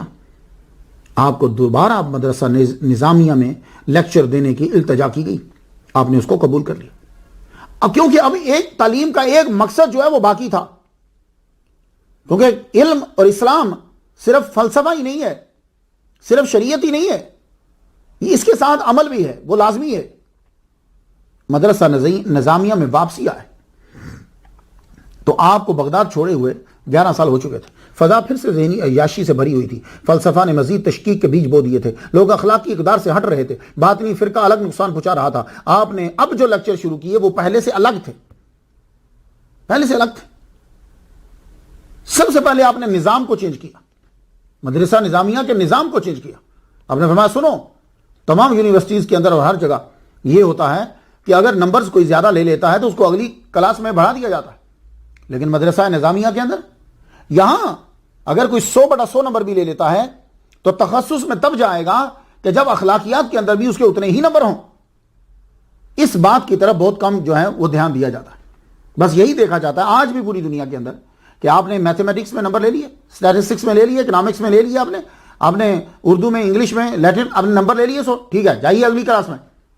لیکن عام نے یہ کہا کہ نہیں, اخلاقیات کو بھی چیک کیا جائے گا کہ یہ جو نمبر لے رہا ہے کیا اس کا کردار بھی اچھا ہے کہ نہیں, اس میں کوئی فرق پڑا کہ نہیں. اس کے اوپر جو سب سے زیادہ دھیان دیتے ہیں آج کے دور کے اندر صرف دعوت اسلامی. تو آپ فرماتے تھے کہ علم کا پھل یہ ہے کہ آخرت کی طرف دھیان جائے اور روحوں کا تزکیہ ہو. روزی کمانے کے علوم بھی پڑھو, لیکن سب سے ضروری علم وہ ہے جس سے رب کو منانے کا طریقہ آتا ہے. امام الغزالی نے اپنے لیکچرز میں احیاء العلوم کے انداز کو سامنے رکھا. آپ کی زندگی ہی کرامت ہے, جو کام آپ نے گھنٹوں میں کیا اس کے لیے لوگوں کو سالوں لگ گئے. اب کی بار آپ نے ملک کے ہر طبقہ کی اصلاح کی. سب سے پہلے علماء کو پکڑا, ان کو عمل کی طرف راغب کیا اور تصوف کی تعلیم دی. روضۃ الطالبین عمدۃ السالکین 73 صفحات کا یہ رسالہ ہے. شروع ہوتا ہے الحمدللہ الذی احرق قلوب اولیائہ بنیران محبتہ. اس رسالے میں 43 باب ہیں. دوسرے باب میں ادب کے بارے میں گفتگو کیا, اور بچوں کو بھی اچھا نہیں لگتا, لیکن آپ نے اس میں دوسرے باب میں ادب کے بارے میں گفتگو کی اور کہا العبد یصل بطاعتہ الی الجنۃ وبعدبہ الی اللہ تعالی. طاعت کرے گا تو جنت میں جائے گا, ادب کرے گا تو رب تک پہنچے گا. کے بارے میں تیسرے باب میں فرمایا وَيَكُونُ نِهَارُهُ صَائِمًا وَلِسَانُهُ صَامِتًا لِأَنَّ كَثْرَةَ الطَّعَامِ وَالْكَلَامِ وَالْمَنَامِ تَكْسِي الْقَلْبَ وَظَهْرَهُ رَاقِعًا وَجَبْهَتَهُ سَاجِدَةً وَعَيْنَهُ دَامِيَةً وَغَامِضَةً وَلِسَانَهُ ذِكْرًا وَقَلْبَهُ خَزِينًا. تمہارا دشمن تمہارا نفس, وجود اور شیطان ہے. غذا کم کر دو, غذا کم کر دو, یہ تم پہ حاوی نہ ہوں گے. خود کو مرشد حق کے حوالے کر دو. اور حضرت جنید بغدادی رحمۃ اللہ علیہ کے 8 اصول اپنا لو. ہمیشہ باوضو رہو, مسلسل روزہ رکھو, کم بولو, زیادہ مراقبہ, زیادہ کلمہ طیبہ کا ذکر کرو, شیخ سے زیادہ رابطہ رکھو, خواہشات کی جو ہے وہ نفی کرو, اللہ سے شکایت نہ کرو. یہ اصول اپنا لو. امام الغزالی رحمہ اللہ کا لیکچر چینج ہو گیا. تصوف کیا ہے خود ہی فرماتے ہیں طرح النفس فی العبودیت وتعلق القلوب بالربوبیت. التصوف اولہ علم واوسطہ عمل واخرہ موہبہ. تصوف کے اصول بتلایا, اکل الحلال والاقتداء برسول اللہ فی اخلاقہ وافعالہ واوامرہ وسننہ. کلے حلال ہے اور اقتداء ہے رسول اللہ صلی اللہ علیہ وآلہ وسلم کی. اقتداء کرنا, پیچھے چلنا آپ کے اخلاق میں, آپ کے افعال میں, آپ کے اوامر میں, آپ کی سنن میں پیچھے چلنا. اور فرمایا جو قرآن و حدیث کو نہ مانتا اس کو مرشد کبھی نہ ماننا, جو قرآن و حدیث کو نہ جانتا اس کو مرشد کبھی نہ ماننا. منہاج العارفین اس کو آپ نے یوں شروع کیا الحمدللہ الذی نور قلوب العارفین بذکرہ. اور باب النیت میں فرمایا لا بد للعبد من النیت فی کل حرکت وسکون. یہ نیت عمل میں نہیں, ہر حرکت کے اندر جو ہے وہ بڑی ضروری ہے. وان کل جزء من اجزائک زکات واجبۃ للہ تعالی. تیرے اجزاء میں سے ہر جز کی جو ہے وہ زکات ہے, اور یہ ضروری ہے تیرے پر اللہ کی رضا کے لیے. تو دل کی زکات کیا ہے؟ تو فرمانے لگے دل کی زکات یہ تفکر فی عظمتہ و حکمتہ و قدرتہ و حجتہ و نعمتہ و رحمتہ. تو غور کرے اس کی عظمت میں, اس کی حکمت میں, اس کی قدرت میں غور کرے, اس کی نعمتوں میں غور کرے, اس کی رحمت میں غور کرے. آنکھ کی زکات کیا ہے کہ تیری غیر عورت کے اوپر نظر نہ پڑے. کان کی زکات کیا ہے کہ قرآن سن, اور وہ سن جس میں اور جس سے تیری نجات ہو. زبان کی زکات کیا ہے؟ وہ بول جو تجھے رب کا محبوب بنا دے, رب کو پسند ہو. ہاتھ کی زکات کیا ہے کہ ظلم سے روکنا اپنے ہاتھ کو اور بھلائی کے کام میں اپنے ہاتھ کو لگانا. پاؤں کی زکات کیا ہے؟ چل کر ان مقام کی طرف جانا, چل کر ان مقامات کی طرف جانا جو تیرا دین سلامت رکھے. میں آپ کو ان کی کتابوں سے مثالیں دے رہا ہوں تاکہ آپ کو معلوم ہو جائے کہ جب آپ واپس آئے ہیں 11 سال بعد تو اب لیکچرز کس انداز کے ہیں. اس کتاب کے آخر میں آپ نے صوفی کے لباس کے متعلق بحوالہ شیخ محمد بن علی ساکن لکھا ہے، جب سالک خرقہ پہننے کا ارادہ کرے تو فالواجب علیہ ان یخلع الثوب الذی کان یلبسہ فی ایام العادۃ واحسن ما تلبس هذه الطائفہ الصوف اذ هم منسوبون الیہ قیل ان اول من لبس الصوف آدم و حوا وکان موسیٰ عیسیٰ و یحییٰ یلبسون الصوف. کہتے ہیں کہ جب آدمی خرقہ پہننے کا ارادہ کرے تو اس پر واجب ہے کہ پرانے کپڑے جو ہیں وہ اتارے جو عام عادت میں پہننا ہے، اور وہ پہنے کہ جو یہ گروہ پہنتا ہے، یعنی اون. کہتے ہیں اسی وجہ سے، اس اون کے وجہ سے ہی تو وہ منسوب ہیں، صوفی ہیں. اور کہا جاتا ہے کہ سب سے پہلے جس نے صوف کا لباس پہنا وہ آدم علیہ السلام اور حوا ہیں، اور موسیٰ علیہ السلام کے بارے میں کہا جاتا ہے، عیسیٰ کے بارے میں، یحییٰ کے بارے میں، یہ بھی صوف ہی پہنا کرتے تھے. تصوف میں جب آپ آتے ہیں تو آپ علم لدنی کا سنتے ہیں، تو آپ نے اس کے اوپر بھی رسالہ لکھ لیا. تو آپ فرماتے ہیں کہ یہ حاصل ہو جاتا ہے. ایک تو یہ ہے کہ اللہ تعالیٰ ڈائریکٹ تمہیں علم دے دے وہ، لیکن جس کو دیتا ہے اس نے بھی پہلے محنت کی ہوتی ہے، تو اس کے بارے میں آپ فرماتے ہیں پہلے علم حاصل کرو، پھر سچی ریاضت کرو اور صحیح مراقبہ کرو، یہ علم تمہیں بھی مل جائے گا. ایھا الولد، یہ رسالہ امام الغزالی رحمۃ اللہ علیہ نے لکھا، یہ مجھے بڑا اچھا لگا ہے. اس میں نصائح کی ہیں طلباء کو، اور ان کے لیے یہ انتہائی مفید ہے. اس کے آخر میں بھی آپ نے تصوف پہ گفتگو کر دی. ثم اعلم ان التصوف له خصلتان الاستقامت والسکون عن الخلق. دو ستون بیان کر دیا. استقامت ہونی چاہیے، یہ تو خیر ہر کام کے اندر ہوتی ہے، لیکن تصوف کا دوسرا کیا ہے ستون؟ وہ یہ ہے والسکون عن الخلق، مخلوق سے خاموشی. اس کا مطلب ہرگز یہ نہیں ہوتا کہ مخلوق کو کی شکل ہی نہیں دیکھنی. مطلب یہ ہوتا ہے کہ ان سے ایسا رابطہ رکھنا کہ جس کی وجہ سے رب کے ساتھ جو رابطہ ہے وہ کمزور پڑ جائے. یہ مطلب ہوتا ہے اس کا. یہ نہیں ہوتا کہ وہ لوگ برا سمجھتے ہیں ان کو، نہیں. بدایت الہدایہ، اس کتاب کے اندر آپ نے ایک مسلمان کے لیے پورا چارٹ بیان کر دیا، سونے سے لے کے سونے تک سارا چارٹ اس کے اندر جو ہے وہ بیان کر دیا. سونا، جاگنا، اٹھنا، بیت الخلاء میں جانا، مسجد میں جانا، وہاں رہے 24 گھنٹے پورا. اللہ اکبر جل شانہ. آپ کو معلوم ہو گیا ہوگا کہ آپ نے کیا اسٹائل جو ہے وہ اپنایا تعلیم کا. تو میں نے اپنے الفاظ استعمال نہیں کیے، انہی کی کتابوں سے آپ کو اقتباسات جو ہیں وہ سنا دی تاکہ آپ کو اندازہ ہو جائے کہ اب ان کا اسٹائل کیا تھا. آپ نے نہ صرف تدریس کا اسٹائل چینج کیا، لباس کا اسٹائل بھی چینج ہو گیا. ابن خلقان، ان کا مکمل نام تو قاضی القضات ابو العباس احمد بن محمد بن ابراہیم بن ابی بکر بن خلقان ہے. اس کو خلقان اور خلقان دونوں پڑھ لیتے ہیں. ابن خلقان کہتے ہیں کہ جب آپ طریقت کی راہ میں پڑے تو عجیب ذوق اور وارفتگی کا عالم تھا، پرتکلف، اور قیمتی لباس کے بجائے آپ کے بدن کے اوپر ایک کمبل ہوتا تھا. لذیذ غذاؤں کے بجائے سبزیاں اور پتے کھاتے تھے. فقیہ ابن رزاز کہتے ہیں پیتل فروش کو. ابو منصور سعید بن محمد رحمۃ اللہ علیہ فرماتے ہیں کہ جب آپ پہلی بار بغداد میں داخل ہوئے تھے تو اس وقت یہ عالم تھا کہ آپ کی سواری اور آپ کے کپڑے کی قیمتیں جو تھی وہ ہم نے لگائی تو پتہ چلا 500 دینار کے قریب ہے. اور جب آپ تصوف اختیار کر چکے تو اس وقت جب آپ بغداد میں داخل ہوئے تو اس وقت جب ہم نے آپ کے کپڑوں کی قیمت کا اندازہ لگایا تو چند سکے، کچھ قیرات، چند سکے. سیدنا قاضی ابو بکر بن عربی کہتے ہیں امام الغزالی کا حال آخر میں یہ تھا کہ ہاتھ میں لاٹھی ہوتی، پیبند لگا لباس پہنا ہوتا، اور پانی کا ایک برتن آپ کے شولڈر سے لٹکا ہوتا. احیاء العلوم، یہ کتاب آپ نے سفر میں شروع کی تھی اور واپسی پر مکمل کر دی. اس کتاب نے انقلاب برپا کر دیا لوگوں کی زندگی میں. دین کو دلائل مگر آسان طریقے سے بیان کر دیا. آپ کی کرامت یہ تھی کہ آدمی پڑھتا چلا جاتا اور بڑھتا چلا جاتا. آپ نے اس کتاب میں شریعت اور طریقت کو سمو دیا.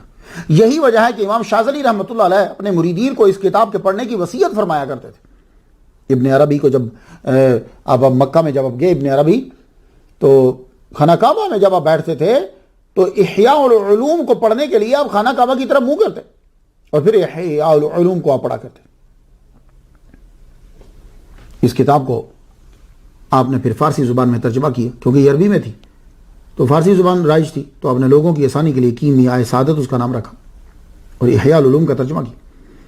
میں تصوف کے محبین سے گزارش کرتا ہوں احیاء العلوم آپ کی لائبریری میں ضرور ہونی چاہیے اور روزانہ کم از کم اس کا ایک صفحہ ضرور پڑھیے۔ آپ کے اس قیام نے بغداد کے مزاج کو ہی تبدیل کر دیا۔ آپ کی تقاریر و تحریر نے الحاد و باطنیت کے چھکے چھڑا دیے، مسلمانوں کو ذہنی عیاشی سے نکال کر تدبر اور تفکر اور عمل کی طرف لگا دیا۔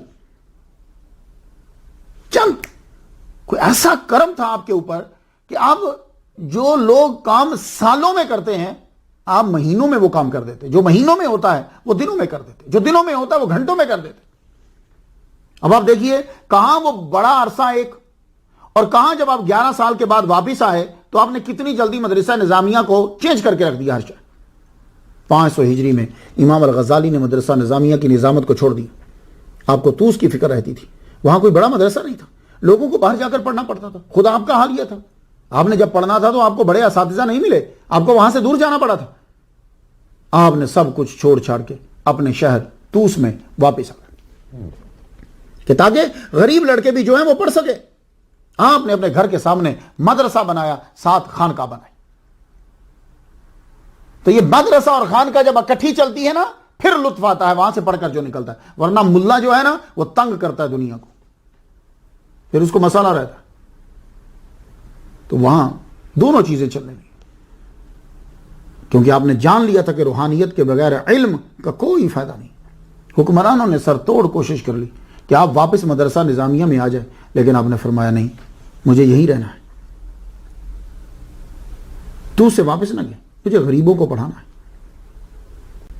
آپ حیران ہو جائیں گے کہ طوس میں عام مدرسے کے اندر بچوں کو ناظرہ پڑھاتے تھے۔ یار جس نے تحاوت الفلاسفہ پڑھی ہے نا اور جو ان کی کتابیں پڑھ چکا ہے اس کو پتا چلے گا اس بات کا۔ امام الغزالی رحمۃ اللہ علیہ جو ہیں آپ ناظرہ پڑھاتے طوس کے اندر۔ قرآن مجید پڑھنے کے آپ نے 10 آداب بیان کی۔ آپ نے فرمایا جب تم قرآن مجید پڑھ رہے ہو تو تمہارے دل و دماغ میں قرآن اور اللہ کی عظمت پہلے ہونی چاہیے، کلام کس کا ہے اور اللہ کیا ہے، اور دھیان صرف قرآن کی طرف ہونا چاہیے، اور لفظ کے ساتھ معنی پہ غور ہونا چاہیے، اور آیت کی مناسبت سے غور ہونا چاہیے، اور قرآن سمجھنے میں جو رکاوٹ آ رہی، کوئی شور ہے یا کوئی چیز ہے، وہ چیز ہٹی ہوئی ہونی چاہیے۔ پڑھتے ہوئے سمجھے کہ اسے حکم آ رہا ہے، اللہ کہہ رہا ہے اسے، یہ حکم اللہ اسے دے رہا ہے۔ وعدہ ہو کہ وعید عبرت حاصل کرے، جیسی آیت ویسا دل پہ اثر لے، اتنی ترقی کرے کہ خود متکلم سے سننے کی کیفیت اس کے اوپر طاری ہو کہ اللہ پاک مجھ سے بات کر رہا ہے۔ یعنی کیا مطلب؟ اللہ سن رہا ہے، اللہ اسے دیکھ رہا ہے، یا یہ اسے دیکھ رہا ہے، یہ احساسات ہو۔ قرآن پاک کیوں پڑھ رہا ہے؟ وہ یہ نیت کرے کہ تاکہ میرا دل پاک ہو جائے اور اللہ راضی ہو جائے۔ دعا کا طریقہ آپ نے بتایا، دعا مانگو، یوں ہاتھ اٹھا کر آسمان کی طرف اپنے ہاتھوں کو بلند کرو، دعا مانگو، اور دعا مانگتے ہوئے پہلے اللہ تعالیٰ کی حمد اور نبی پر درود، اس کے بعد اپنی دعا جو ہے وہ تو پیش کر۔ کہتے ہیں کہ آسمان کی طرف ہاتھ اٹھا، کیوں؟ اس کا قبلہ یہ ہے، دعا کا قبلہ آسمان، دعا کا قبلہ، یوں ہاتھوں تیرے، اور فرماتے ہیں نظر مت اٹھا اوپر، نظر نہیں اٹھانی، یوں بیکاریوں کی طرح نظر نیچے رہے، اور آخر میں پھر حمد، پھر محمد مصطفیٰ صلی اللہ علیہ وسلم پہ درود، اور ہاتھ جو ہے وہ اپنے منہ کے اوپر پھیر لے، اور فرمایا کہ عرفہ کے دن، رمضان کے مہینے میں، جمعہ کے دن، سحر کے وقت، جنگ کے وقت، بارش ہوتے وقت، نماز قائم ہونے کے وقت دعا جو ہے وہ قبول ہوتی۔ امام الغزالی رحمۃ اللہ علیہ نے فرمایا عبادات میں سب سے افضل نماز ہے، نماز کے بعد پھر قرآن مجید کی تلاوت ہے، اور تلاوت کے بعد ذکر و اذکار ہے، اور دعا کا درجہ ہے۔ فرمایا دل اور آنکھوں کی صفائی ذکر سے ہوتی ہے، ذکر سے کشف حاصل ہوتا ہے، اور کشف کامیابی کا دروازہ ہے۔ صلی اللہ علیہ وآلہ وسلم سے آپ کو بڑی محبت تھی۔ میں تو پھر آپ سے کہہ رہا ہوں، میں امام الغزالی کو اللہ تعالیٰ کی قدرت، حضور صلی اللہ علیہ وسلم کا معجزہ اور آپ کا جو کام ہے یہ امام غزالی کی کرامت شمار کرتا ہوں۔ 35 سال کے اندر دنیا کا نظام تبدیل کر دیا، 18 گھنٹوں میں تحاوت الفلاسفہ لکھ کر الہاد کی فیکٹری کو زمین میں دفنا دیا، یہ اللہ کی قدرت ہے، نبی کا معجزہ ہے، جو امام الغزالی کی شکل میں 5ویں صدی میں ظاہر ہوا، اور آپ کے ولی کامل ہونے کی یہ دلیل ہے۔ آپ جو بھی کتاب شروع کرتے، حضور سے آپ کو بڑا پیار تھا، کتاب شروع کرتے پہلے حمد اور پھر حضور پر درود پڑھتے، اور آخر میں بھی حمد اور صلات لکھتے۔ آپ مشکات الانوار کو پڑھیں، شروع میں بھی حمد اور صلاۃ اور آخر میں بھی لکھا کیا؟ والصلاۃ علی محمد نور الانوار و سید الابرار و حبیب الجبار و بشیر الغفار و نذیر القہار. سبحان اللہ. یہ کتاب عربی میں 57 صفحات کی ہے. رائل ایشیاٹک سوسائٹی لندن 1924 میں انہوں نے اس کو چھاپا اور ولیم ہنری ٹیمپل نے اس کا ترجمہ جو ہے وہ کیا ہے. سبحان اللہ. خوبصورت کتاب ہے مشکات الانوار. آپ تو اس میں جب واپس آ گئے وہاں مدرسہ قائم کیا تو اس دور کے مشہور محدث حافظ الحدیث حضرت عمر بن ابی الحسن الرواسی کو آپ نے مدرسہ میں رکھا. ان سے آپ نے مسلم اور بخاری شریف کی جو ہے وہ سند لی اور ایک دفعہ پھر سنا. امام الغزالی رحمۃ اللہ علیہ نے خصوصی طور پر حضرت عمر بن ابی الحسن الرواسی رحمۃ اللہ علیہ کو بلایا, ان کو پاس رکھا, مسلم اور بخاری شریف کا درس لیا اور سند لی.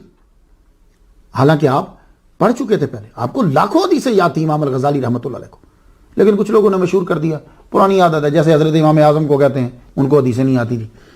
کہتے ہیں کہ امام الغزالی رحمۃ اللہ علیہ کو حدیثیں نہیں آتی تھی. اچھا بھائی, تو پھر وہ ٹائمز اخبار میں سے لکھ کے فقہ کے مجتہد بن گئے ہیں. فقہ نام کس چیز کا ہے؟ فقہ بھی تو کسی کو تشریح ہے فقہ کی کہ نہیں؟ حدیثیں نہیں آتی تو فقہ میں مجتہد کیسے بن گئے؟ حدیثیں نہیں آتی تھی تو دوسرے امام شافعی کیسے بن گئے؟ تو یہ لوگ بس اعتراض کرتے تو اگلے بندے بھی بس اعتراض پکڑ کے چل پڑتے ہیں. دوڑو آگے, دوڑ لگا دو بس. آپ نے بعد میں تو آپ بڑے اعلیٰ مرتبے پر فائز ہو گئے. احیاء العلوم جب لکھ لی, سارا کچھ لکھ لیا, آپ کا مطالعہ اپنا, اللہ کا بڑا کرم. آپ ابھی امام الحرمین رحمۃ اللہ علیہ کے پاس پڑھ رہے تھے تو منقول جو ہے وہ آپ نے کتاب لکھی تھی, جا کے اس کو بس پڑھ لیجیے. یہ آپ نے نیشاپور میں لکھی تھی. اس کے اندر آپ کو شرائط تواتر, تقسیم الاحاد, جرح تعدیل, ایسی ایسی اصطلاحات اور ان اصطلاحات پر گفتگو, پھر حدیث کیا ہوتی ہے, کون کیا الفاظ ہوتے ہیں, اس کی کتنی قسمیں ہیں, بھری پڑی ہے یہ کتاب. پتہ نہیں لوگوں کی نظر سے یہ نہیں گزری ہوگی. آپ کی ہر کتاب ایک کرامت. وقت زیادہ ہو گیا, اب نام گنوا نہیں سکتا, اور زیادہ ہو جائے گا. امام مرتضی زبیدی نے فرمایا کہ 80 کتب لکھی, مگر دعوت اسلامی نے جو احیاء العلوم کا ترجمہ کیا ہے تو اس کے دباجہ کے اندر حیات میں 136 کتب کے نام گنوائے ہیں اور 7 نام بھی لکھے ہیں. آپ نے 55 برس کی عمر پائی, 20 سال سے باقاعدہ پڑھنا شروع کیا, صرف 35 سال کے اندر پڑھا بھی اور پڑھایا بھی. اس میں 10 سال وہ بھی ہیں جس میں آپ نے سیاحت کو اختیار کیا. اس کا مطلب ہوا کہ صرف 15 سال پڑھا اور پڑھایا, پوری دنیا پہ چھا گئے. اس میں سے اگر 5 سال آخری توس کے نکال دیے جائیں تو صرف 10 سال میں آپ نے پورے بغداد کو اور دنیا کے نظام کو چینج کر کے رکھ دیا. آپ نے آخری کتاب آپ نے المستصفیٰ 405 ہجری میں لکھی. اصول فقہ پہ یہ کتاب ہے. 505 ہجری میں 14 جمادی الاخری سوموار فجر کے وقت اٹھے, نماز ادا کی. نماز ادا کرنے کے بعد آپ نے اپنے بھائی احمد الغزالی رحمۃ اللہ علیہ کو بلایا, وہ تشریف لائے. کہنے لگے بھائی وہ فلاں جگہ پہ کفن پڑا ہوا ہے تو آپ ذرا لے آئیے. وہ گئے, وہ کفن لے کر آئے, آپ نے یوں ہاتھوں پہ رکھا, چوم کر آنکھوں پہ لگایا اور کہا جو آقا کا حکم, آقا کا حکم سر آنکھوں پر. اور آپ نے خود اچھے طریقے سے آپ نے غسل فرمایا. پھر غسل فرما کے آپ نے کفن کو خود پہنا. کفن پہن کر آپ لیٹ گئے, لیٹے روح کف سے انصری سے پرواز کر احمد الغزالی رحمۃ اللہ علیہ بڑی دیر کے بعد, کچھ دیر بعد تشریف لائے تو دیکھا کہ آپ کی روح کف سے انصری سے پرواز کر چکی تھی. اللہ اکبر جل شانہ. آپ کو آپ کے قصبہ تابران میں ہی سپرد خاک کیا گیا. مجھ سے کوئی کمی ہو گئی ہو یا کوئی گستاخی ہو گئی ہو شان بیان کرتے ہوئے تو اللہ تعالیٰ سے میں معافی مانگتا ہوں. اللہ سے دعا کرتا ہوں سب کو ان کی برکات سے حصہ دے اور قیامت میں ان کی معیت دے.